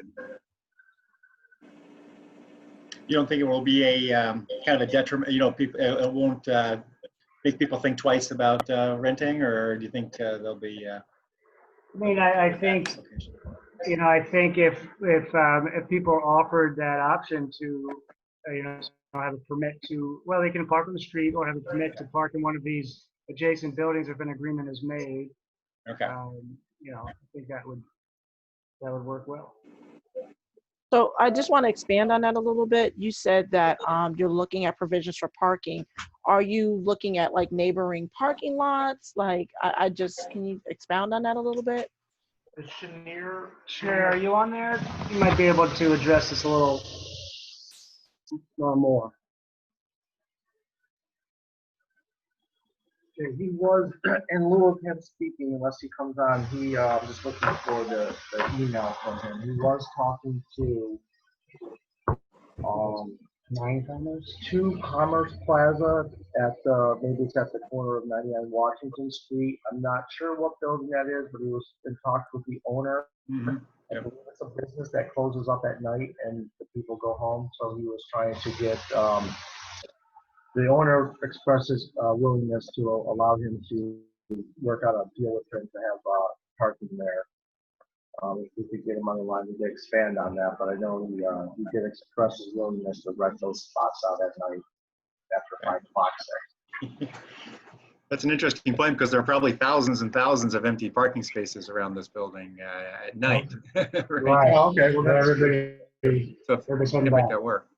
Oh, they Hi. all our studios, I think Jason may have mentioned that, so there's no 1 bedroom or 2 bedroom, so that would pretty much limit their vehicles to 1, or perhaps people that would just use public transportation. Okay, would you like me to put in? I just unmuted myself. Can you hear me? Yeah. Would you like me to put some input on the parking? Yes, that would be great. All right. Yeah, we were in talks with 1 Commerce Plaza. They're about 30, 40-second walk from our building, just right over. They have 400 spots. I mean, of course, our project, a little bit, it's in the future, but they're very willing to rent to us. And again, the idea was that most of their spaces will become available later in the day, 4 or 5 o'clock, just as we need spaces on weekends. So that was the strategy there. Yeah, it makes sense. Put the spaces to good use throughout the entire day. Yeah, and they're great spaces. They're indoor spaces. So.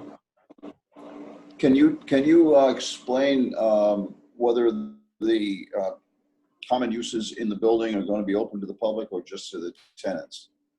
The restaurant, the eating area, the gym. So the cafe we think should be open to everybody. For now, the gym and the recreation area and so on, we don't have an exact. We're not sure how we want to either make it available just for the tenants or if we're going to make it some sort of shared working environment. Then for being a third-party operator, then it would be open to the public. That would we'd kind of see what the need is, meet the demand. But for now, just the cafe is planned to be open. Oh yeah. I think the cafe would. We have a cafe there now, and they've showed willingness to stay. But other comments or questions by the board? Are there people in the who want to speak to this, Zach? Yep. Just before that, though, Al, I know you had a question about access between the cafe space and the residential units, and I didn't know if you wanted to bring that up or if you feel like that's been answered completely. I think it was answered by taking a closer look at the plan. I'm assuming, correct me if I'm wrong, that the applicants can, that there is exterior access, but that the cafe patrons from the outside will not be able to go into the rest of the building.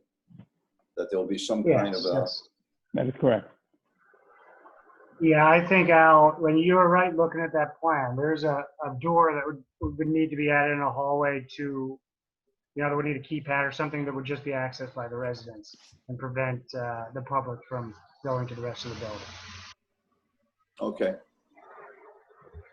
Schnurr, can you speak to just your general philosophy for the types of units you're proposing? And I was also curious if you had any involvement with the 20 Park Street project and how that compares to this project. And well, is that a project that you worked on? Who's speaking? Sure. Sorry, this is Brad Glass. Okay, I'm sorry, Brad. It's hard to recognize your voice. I'm curious what you've learned from that project, if anything, if it's been successful, and what your parking demand is, what types of units are renting or not renting. That sort of thing. Sure, Brad. Yeah, okay, so we've been very lucky with that project. We've had, I'd say, north of 96% occupancy consistently. But what we have seen is that the studio units and the one bedroom, the smaller units have much more demand than the bigger units. We have a waiting list for the studios and the one bedrooms. And that's why we propose small units here. We find a lot of people that it's their second residence. They come up to do lobbying work or, whatever other work they do during session or whatnot. And we find that there's a huge demand for those. We also found that a lot of people keep on requesting furnished units, something that we're willing to explore in the future with this building, which is another thing with the parking. A lot of our residents, at least in the smaller units, the type of tenant attracts over at 20 Park Street, are residents without cars. They just train up from Rensselaer and then either Uber over or, so that's another thing with the parking, the type of tenant we're attracting. Also at 90 South Swan Street, we find that, 244 State, a lot of our tenants now are also tenants that use it, part-time, so to say, as a second office or somewhere to set up and work while they're up in Albany. And we're trying to combine those two elements where they can, work, have a shared workspace, bring someone in for a meeting and so on. And also, I think we came up with this concept, before COVID hit. And now that the COVID-19 pandemic had made it increasingly popular to work at home, I think that this concept might take off a little bit more. Thank you. And then also, I just wanted to ask, are you going to be applying for the 485A tax abatement exemption, or not sure yet? Not sure yet. Okay. Thank you. Okay, any speakers? Zach? Yep. So originally Yair Matan signed up, but he said that Greg Zappia, is going to speak for him. Greg, are you there? Yes, I am. Thank you. Okay, give me just 1 second to bring up the timer. Okay, and feel free to start whenever you're ready. Okay, I appreciate the time. Greg Zappia from O'Connell and Aronowitz. I represent the adjacent property owner, RSA Properties LLC. We're the owners of 248 State Street. Our largest concern, I think, has already been addressed by the board concerning the parking. I don't think we need to get into too much there. Hopefully there'll be a plan in place because regardless of the transit nature of the workers in the area and the potential for parking spaces to open up at night, it is a never-ending battle to find parking in that area, and that's our largest concern at the moment. We had also wanted clarification regarding the potential for opening up or doing anything to the rooftop that would restrict the view or the airspace adjacent to our property at 248. There was some rumors, but it looks like in the plans there is no current project to do anything on the rooftop, nor additional space being added to the upper floors. If you could clarify that and confirm that that's not the case, I think that is all the questions that we have at this moment. Thank you. Other speakers, Zach? Yep, bear with me just 1 second.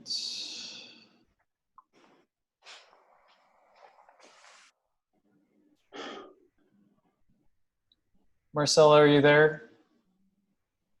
Yes, I'm here. Okay, feel free to start whenever you're ready. Thank you. My name is Marcela Garces, and I am the owner of 49 Dove Street, so right here in Center Square. And I wanted to say, after visiting a couple of these different planning meetings, I'm actually surprised and a little bit frustrated that so much time is spent discussing parking, no matter the project. It seems to me that Albany needs more people. We have a large number of vacant buildings, and as a taxpayer, I welcome projects that will strengthen our tax base. With all the issues about parking, I wonder if actually maybe the city can put better signage up so that people know that they can park in the thousands of parking that exists here in our city. There's honestly, I've never had trouble parking. I know people talk about that a lot, but also I think that a lot of these projects, what's important to point out is that they provide affordable and new housing for people who need it. They revitalize existing buildings that are in need of rehabilitation or sometimes have been vacant for a while. I also think that people who come to downtown Albany, and particularly to this neighborhood, they want to live in a walkable area with public transportation and with car share programs, for example. And I think that we can all see that a sustainable future involves fewer cars. So I think we need to be thinking beyond parking as the major issue. It seems like that always comes up, and it's, let's think about bigger things and maybe some of the things that the city can do. If people who come in are frustrated about parking, well, let's show them where it is, because it definitely exists. Thank you. Okay, thank you. Other speakers? Yep. So the next speaker on the list is Kara Macri. Kara, you there? Yes. Feel free to start whenever you're ready. Okay, thank you. Historic Albany just wanted to comment that this is a really dense project. We're certainly not opposed to buildings being adaptively reused for housing, but that this is definitely a very large project for this neighborhood. Most apartment buildings in the neighborhood really only run 10 to 20 units. There's one that's larger significantly, but the building is also significantly larger. If you really have a concern about density and kind of quality of life issues for the neighborhood right around there, just because it may meet all the minimum requirements for the USDO between zoning and planning, doesn't mean that it's really a good fit for the neighborhood. And so we'd like the planning board to think very critically before approving a project of this dense scale, to really consider quality of life and not just the minimum USDO requirements. Thank you.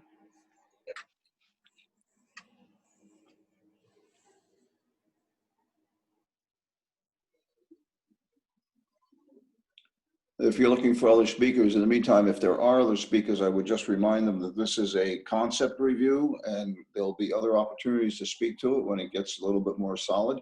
There's a significant amount of review that has to be done by the planning department and by various city departments, as well as the county.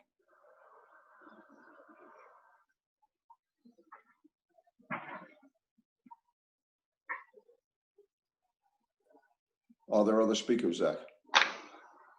Yep, sorry. Rich, are you there? Yes, I am. Okay, feel free to start.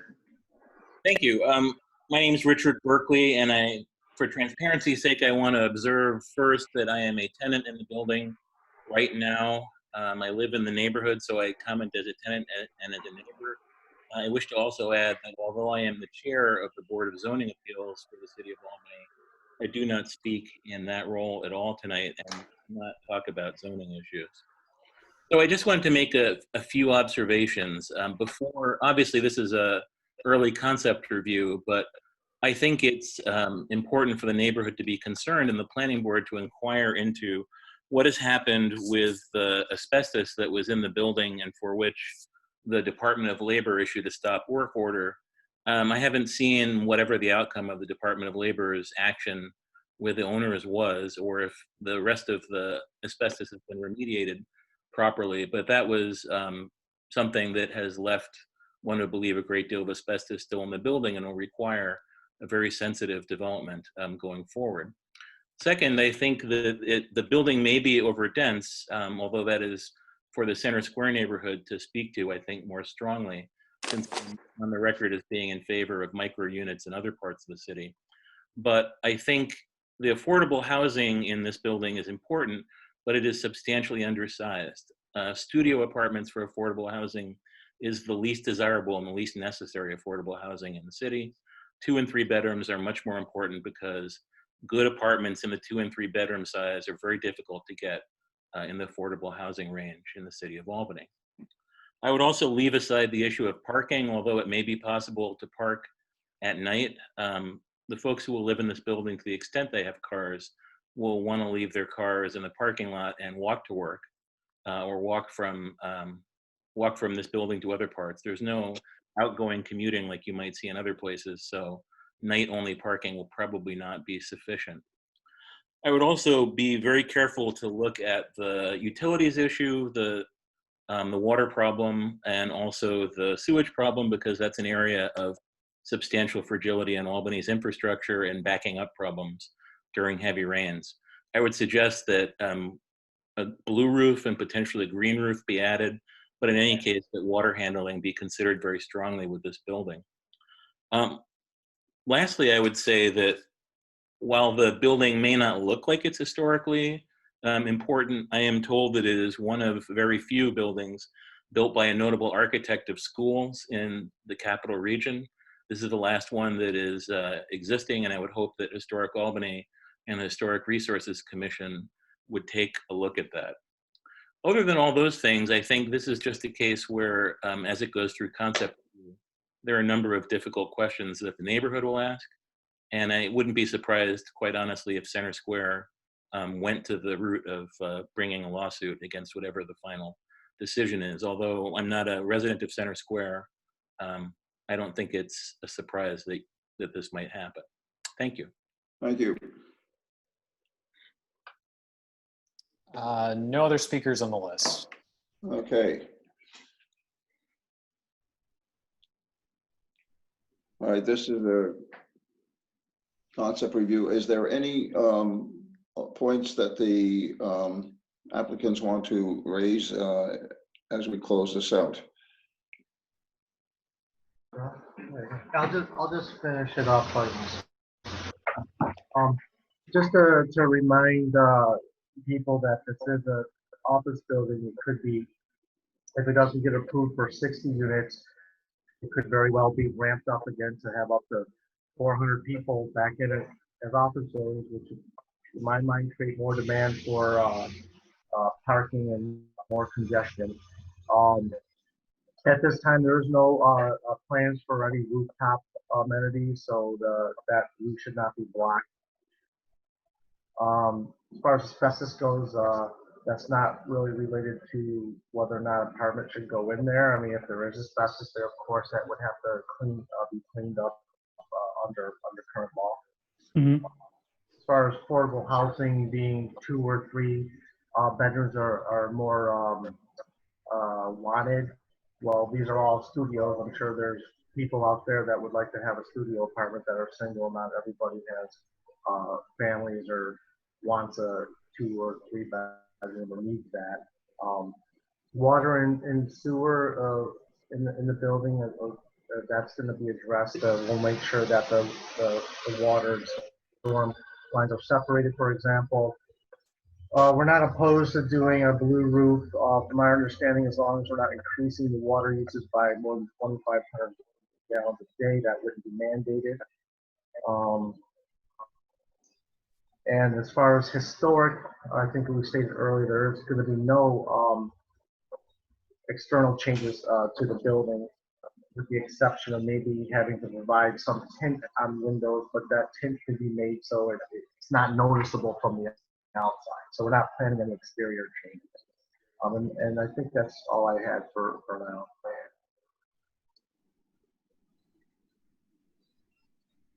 Okay, thank you. It's getting pretty late. I'm hoping that we may have not other speakers. We have one other project to look at. But do we have other speakers? There was one more speaker that came up while the applicants were providing their explanation. So I'll leave that to the board if they want to allow the public comment. All right, there's 3 minutes. Okay, bear with me.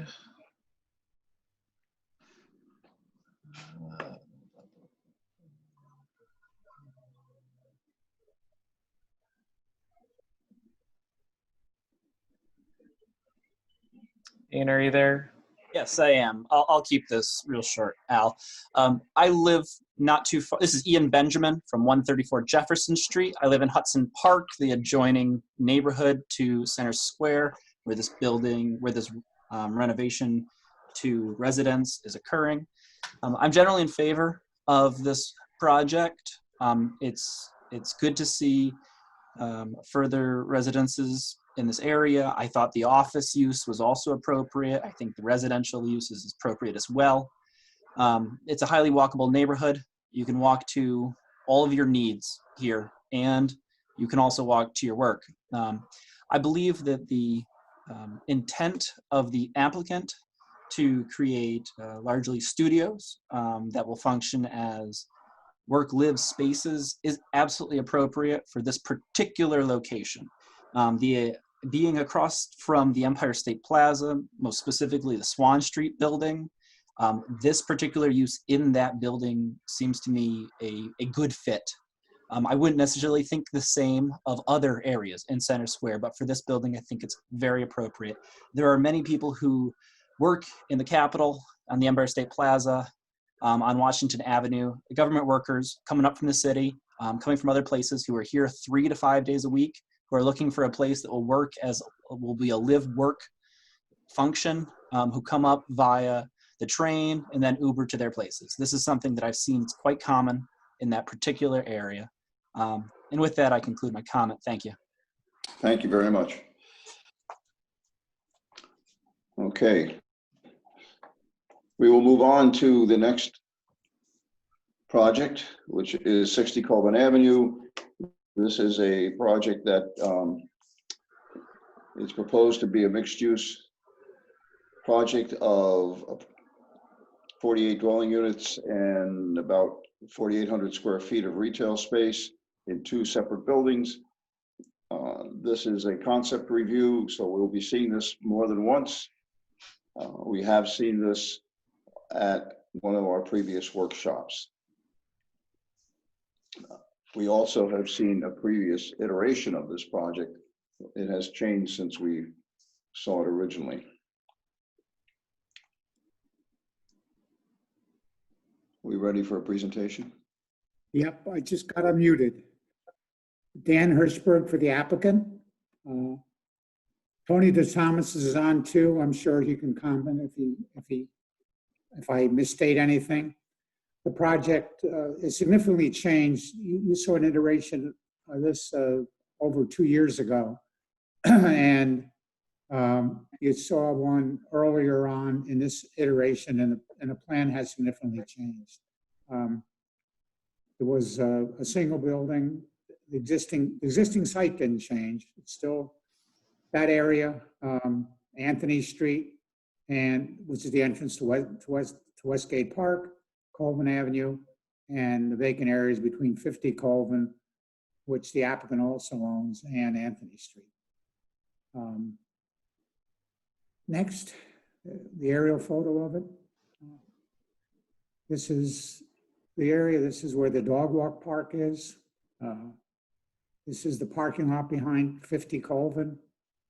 And this is, go on to the site plan. Aerial is enough. Aerial, I spent enough time on. It's late. The last iteration did not have this building on the corner. So we split the density and we moved the building to the corner. This is actually a 1.5 story because the grade changes at the rear. And this is a 3-story building. So the units are in both. We have a courtyard in between. This is a patio area. The assumption is that one commercial tenant will be a restaurant and possibly even a second commercial tenant in this building might be a restaurant. So that that patio area will serve for outside dining if a restaurant moves in there, or it can be turned around for passive recreation space for the tenants. Next. This is a landscape plan showing how we intend to landscape. There are some trees along Anthony Street. Some of them are in poor condition, but 4 or 5 of them are worthwhile saving, so we propose to save those. There's a couple of trees out front we protect, and we're going to add a tree at this location here where there's no existing tree. The entrance driveway off Colvin Avenue comes up here. This is an exit only onto Anthony Street. It has a connection to the parking lot behind 50 Colvin. We originally had 2 entrances on there, but this one has been blocked, and this one is the only entrance, entrance to the 60 Colvin Avenue from 50 Colvin. So they'll be able to go back and forth between the units if they want to leave one way or enter one way.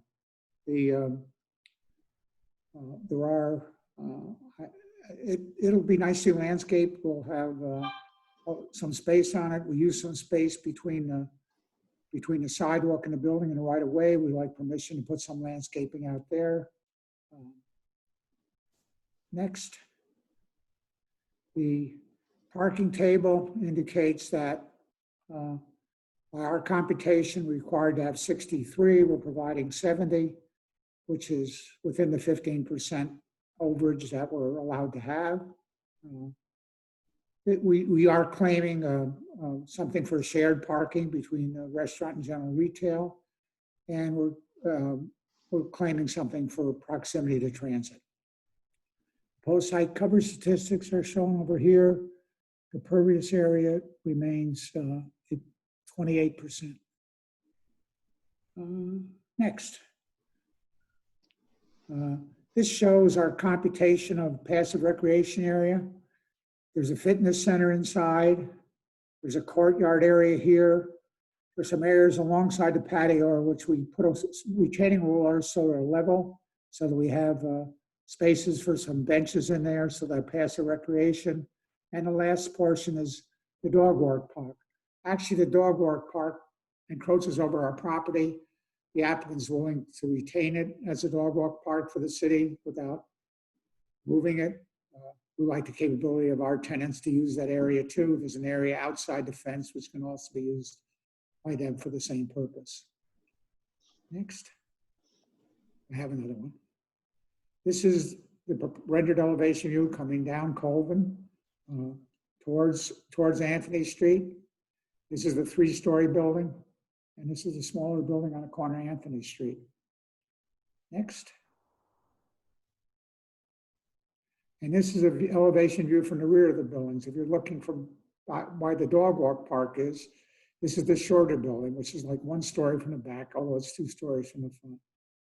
And this building here is actually 2 stories in the back, 3 stories in the front, and then the grade changes, so it becomes 3 stories over most of its exposure. Next. This is the first floor plan of building 1. It shows the commercial area at the front and the second commercial area here, the fitness center. There's plenty of storage for bikes racked back here, and there's some general storage for the residents. And we have units on the first floor. Next. This is the second floor plan, which is entirely units. And which is, we'll show the third floor plan, which looked miraculously like, no, I didn't show it. It looks miraculously like the second floor plan. Here's the first floor plan of building 2. It has storage, it has bicycle storage, it has storage for the residents. And this will all be units. There's no commercial space in this building at all. Next, I think I have one more. No, that's it. Prepared to answer any questions which the board may have. I'm not sure whether Bill Hennessy is available, but I asked him to tie in case there's question about the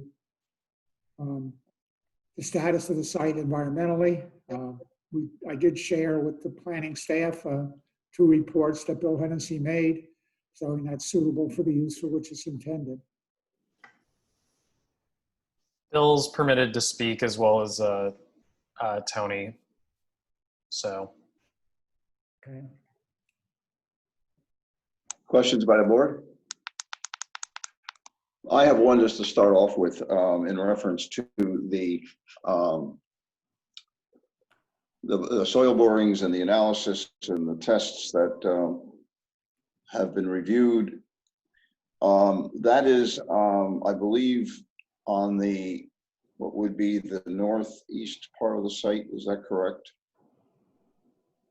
This is Bill Hennessy. Thank you, Mr. Chairman. We conducted test pits, 5 test pits. One was in the northeast corner, one was in the southeast corner, one was towards the middle, and 2 were towards the north. Okay. Is there a slide that shows where those tests were done, or? Who said that? That's Brad. Yeah. Just wondering if there's anything in the presentation showing the test, where the tests were done, or if you could walk us through exactly, how deep you went and what sort of levels of contaminants you found or didn't find. I'd have no problem doing that. I don't know if you have the report up, Zach, that I could reference. I could do that. I'm trying to pull it up right now. Okay, I can try to intro it then. There was a significant amount of historical work done here that we were afforded the opportunity to review many of the reports. Much of it went back in relation to Westland Hills Park and potential use of that site for middle school or Brighter Choice Foundation School many years ago. And one of my associates was actually with Evergreen Environmental, who conducted a phase 1 in 2006, and they did other borings, and we have data from those borings.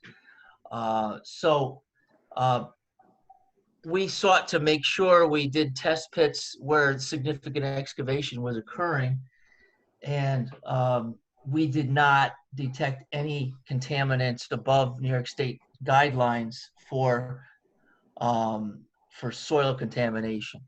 The old reports referenced semi-volatile organic compounds, which are often associated with petroleum products and or ash from fireplaces or coal furnaces, and metals.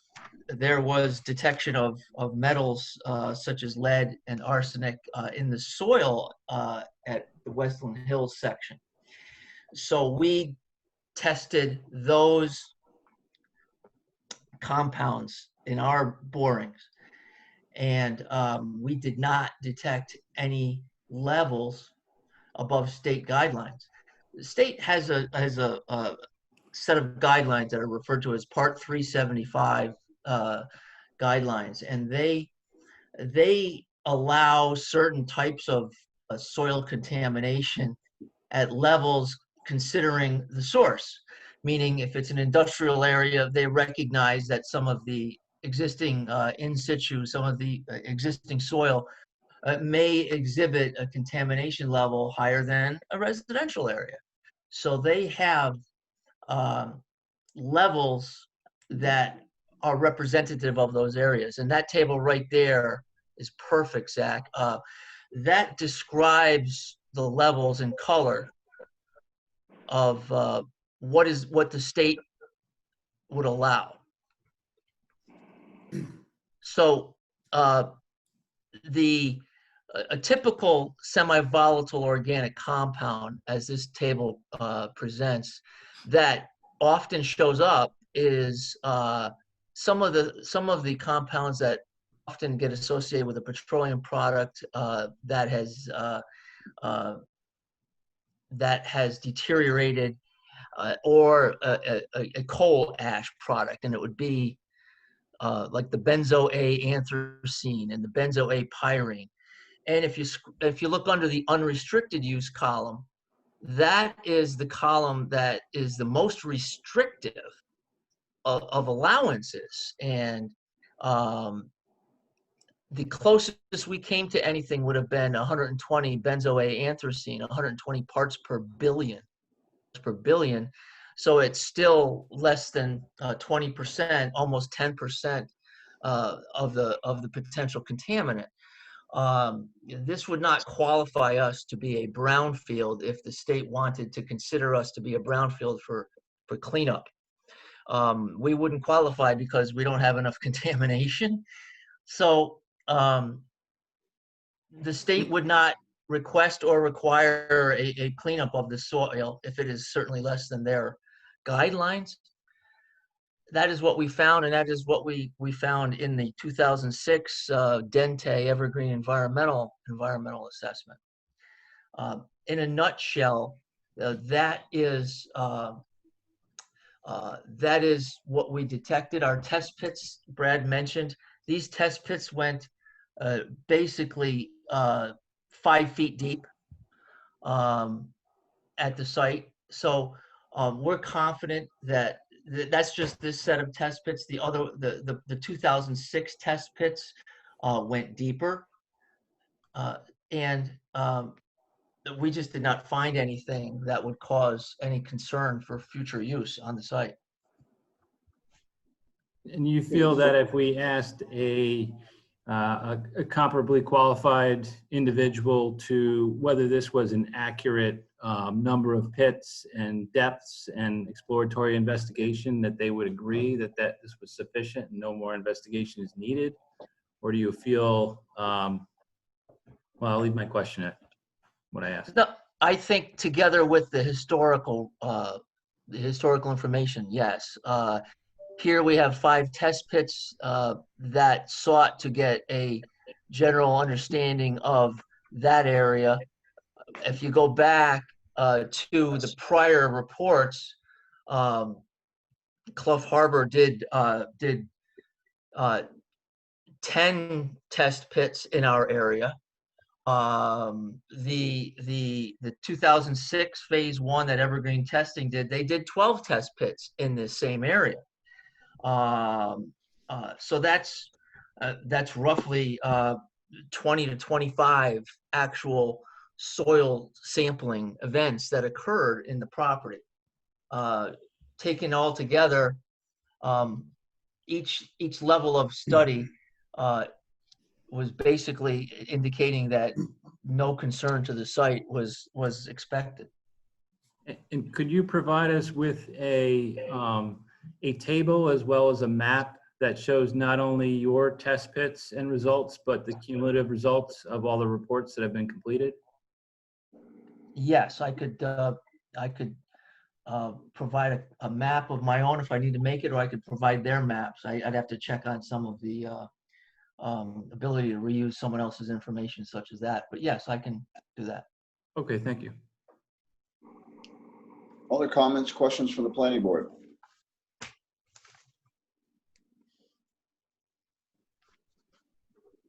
There are a number of items in the notes and comments specifically oriented towards the issue of contamination and its appropriateness related to the New York State Department of Health. But other than that, I believe that there's a number of technical reviews that have to go on. Is that correct, Zach? Yeah, so the applicant is working on submitting some of the more technical documents that we're used to reviewing, like SWIP's geotechnical report, traffic analyses just to provide a little bit more information. So we'll be receiving those in the upcoming future. And I know, Tony, that you were raising your hand to speak, so I just wanted to make sure that if you had any comments before we went to members of the public, that you were able to speak.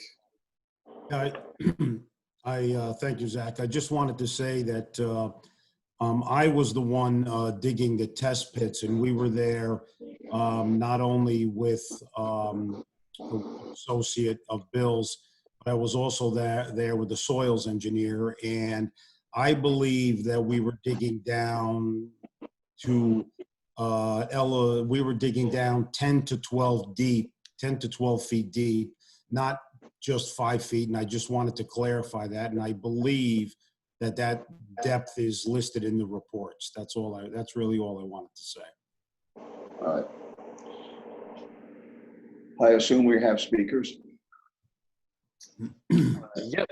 Give me just. And before we get into that, I just want to again remind the speakers that this is a concept review.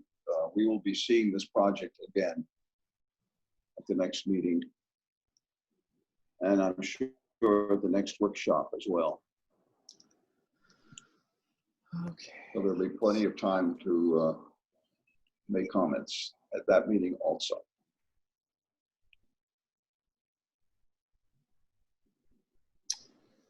All right. Timothy, are you there?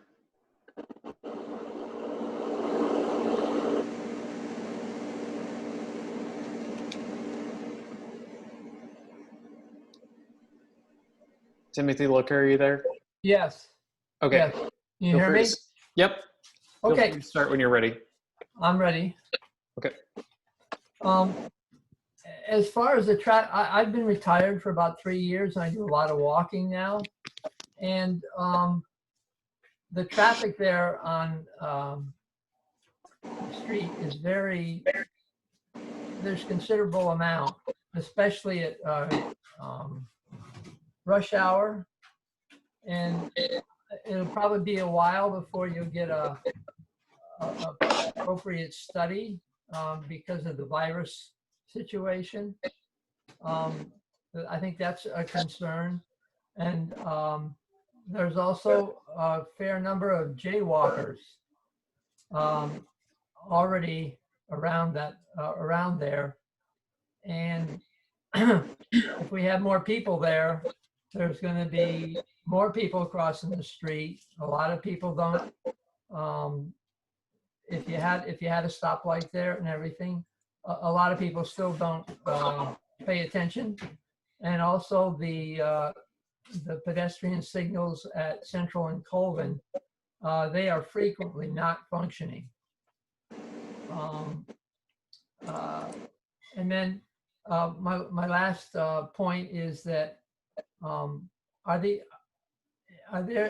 going to get tax abatements, or are they going to help with the tax burden for the homeowners in the area?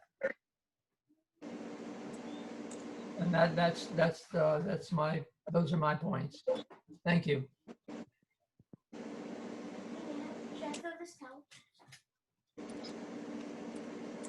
Okay. Thank you. Next. And I think the next speaker is Councilmember O'Brien. Councilmember, are you there? I am. Okay. Feel free to start when you're ready. Okay. I did submit a letter, but I did want to make a couple of points. Despite what the applicants, soil analysts submitted, the fact remains that the Albany 2030 plan identifies 7 potential brownfields in the whole city, and 60 Calvin Avenue is clearly identified as one of them. And the land has a history of both as a junkyard. It was owned by a wrecking company. It was also owned by an automotive repair and dealership. And it also has a history as a wetland. Looking at old Albany maps, it was identified as Schaefer's Pond on Calvin Avenue. To me, the folks who wrote the 2030 plan in 2012 were using the history and the documents of some of the previous development plans, which I don't have, but I know the planning department has them, both for those developments, which all got ultimately never developed because of the environmental concerns. So I feel awfully uncomfortable just going with a report done by someone who's paid by the applicant and kind of saying, well, that overrules the 2030 plan, which is supposed to be the Bible of our whole planning department. And to me, it strikes me as a little bit odd. I do remember those other two schools wanting to come along and ultimately abandoning the project due to environmental reasons. The other point is, the parking issue. He says that Dan Hirschberg said there's parking for 70 cars. I look at the parking lot behind your place, 200 Henry Johnson Boulevard, which has parking for 68 cars, counting the handicapped and the dumpster, which occupies one of them. And that's got over 27,000 square feet just for parking. He doesn't have over 27,000 square feet for parking unless he's using the neighboring buildings, which Anthony and his partner, Joe Granich, own. I believe they own at least a couple of them going up Calvin. And his plans, both in a previous iteration and in this iteration, show a connection that they're going to have spillover parking behind the other buildings going up Calvin, which do have a lot more parking behind them. But I remember in the previous times, we asked Anthony, well, make it a permanent easement that the folks that you're going to have at 60 Calvin Avenue don't have to go parking in Westland Hills Park, that they'll be able instead to park, because I don't think he has 70 parking spaces, that they'll be able to park in 50 or 40 Calvin Avenue. And at that point in time, Anthony said, well, no, I'm not quite willing to do that. And I don't think any of his plans here identify that he had a change of heart on that, because he may very well want to sell off these properties individually after he develops them. So those are obvious concerns. I would not feel comfortable until the planning department goes through the documents that the previous planning department reviewed when they wrote the 2030 plan, saying that it is one of only 7 brownfield areas in the city. It was that important to them. And what has changed, because I know there has been no major cleanup there. And even though Anthony said he dug down 12 feet, the report says 5 test pits at 5 feet.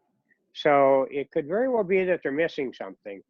And I'm sure, I'll have more to say as you go on into further meetings, but I really think you ought to get a third party to come in and maybe talk to some of the people who wrote the 2030 plan as to why they felt it that serious. And now it's no problem. It just doesn't make sense to me. And that's it for now. Thank you. Thank you. Other speakers? No other speakers on the list. Okay, so this is a concept plan to review. There's a number of technical reviews that have to occur. Mr. Chairman, can I rebut just a few of the things that I heard? Oh, I'm sorry. Yes, we do need to Mr. O'Brien give said you the opportunity to do so, and we will do that. Thank you. I'll be as brief as possible. Mr. O'Brien mentioned that the previous projects were abandoned to environmental reasons. That's entirely false. I was involved, first of all, when Westland Hills Park was first built. We did enough examination to satisfy ourselves that the park could be operated as a park, which has a higher level of decontaminants, a lower level of contaminants on the site. We did a project there originally for Brighter Choice. When they bought it, they wanted to do a preparatory building there, preparatory school there. They did not give it up due to environmental costs. They gave it up due to the cost of excavating the depth that they had to take out to build the building they wanted to do. And the second item they gave up on, they couldn't gain access to use Anthony Street by the city. So that's the reason they gave it up. Then Mr. Cockrell wanted to build a home and a piano studio there. He gave it up because his variance was denied. In between, Army Garage had proposed to put standalone parking there, for which they needed the variance. There's no building on it. And they gave that up when we had a first hearing for a variance. So I would contest the idea that it was given up in the past for environmental reasons. And I've been intimately involved with the soil there, and I believe that Mr. Hennessy did a very, very competent study of both the past analysis and a recent analysis, because when Right of Choice was involved in it, the financing agencies would not approve their financing until they gave them a clean bill of health with regard to environmental concerns, and they got that based upon the Dente Evergreen study. That's all I have to say. And we did count 70 parking spots behind the building. We did either that or Avram Sofer can't count. But again, we think that we chose 70 parking spots back there. I wanted to get clear because I didn't quite hear you. You said in reference to the Brighter Choice Charter School that they did not abandon that site because of potential contaminants. They abandoned it for other than the access to Leonard Street, or what was the Anthony other? Street. Anthony Yeah. Street. The other what issue was the other reason? For the type of building they want to build, they were told that the foundation would have to go down to original ground. The borings all show between 10 and 12 feet worth of fill on the site. By the way, I remember when it was Schaefer's Pond. I went up there quite often. We used to have picnics up there. And it did have a pond on it. It was filled in with debris, and it never exhibited any wetland types of vegetation or anything else in there. So it's not a federal wetland in any way, shape, or form. But meanwhile, the reason Brighter Choice gave it up was not primarily the cost of excavating the material and backfilling with structural backfill broke their budget. Okay, thank you. All righty. With that, is there any other business to come before the board this evening? Okay, in that case, I'll entertain a motion to adjourn, and thank you very much for hanging in there. And thank you for the participants for hanging in there. Do I have a motion to adjourn? So moved. Okay, all those in favor, please say aye. Aye. Opposed? Okay, good night. Thank you very much. Good night. Thank you. Take care. Bye. Bye-bye.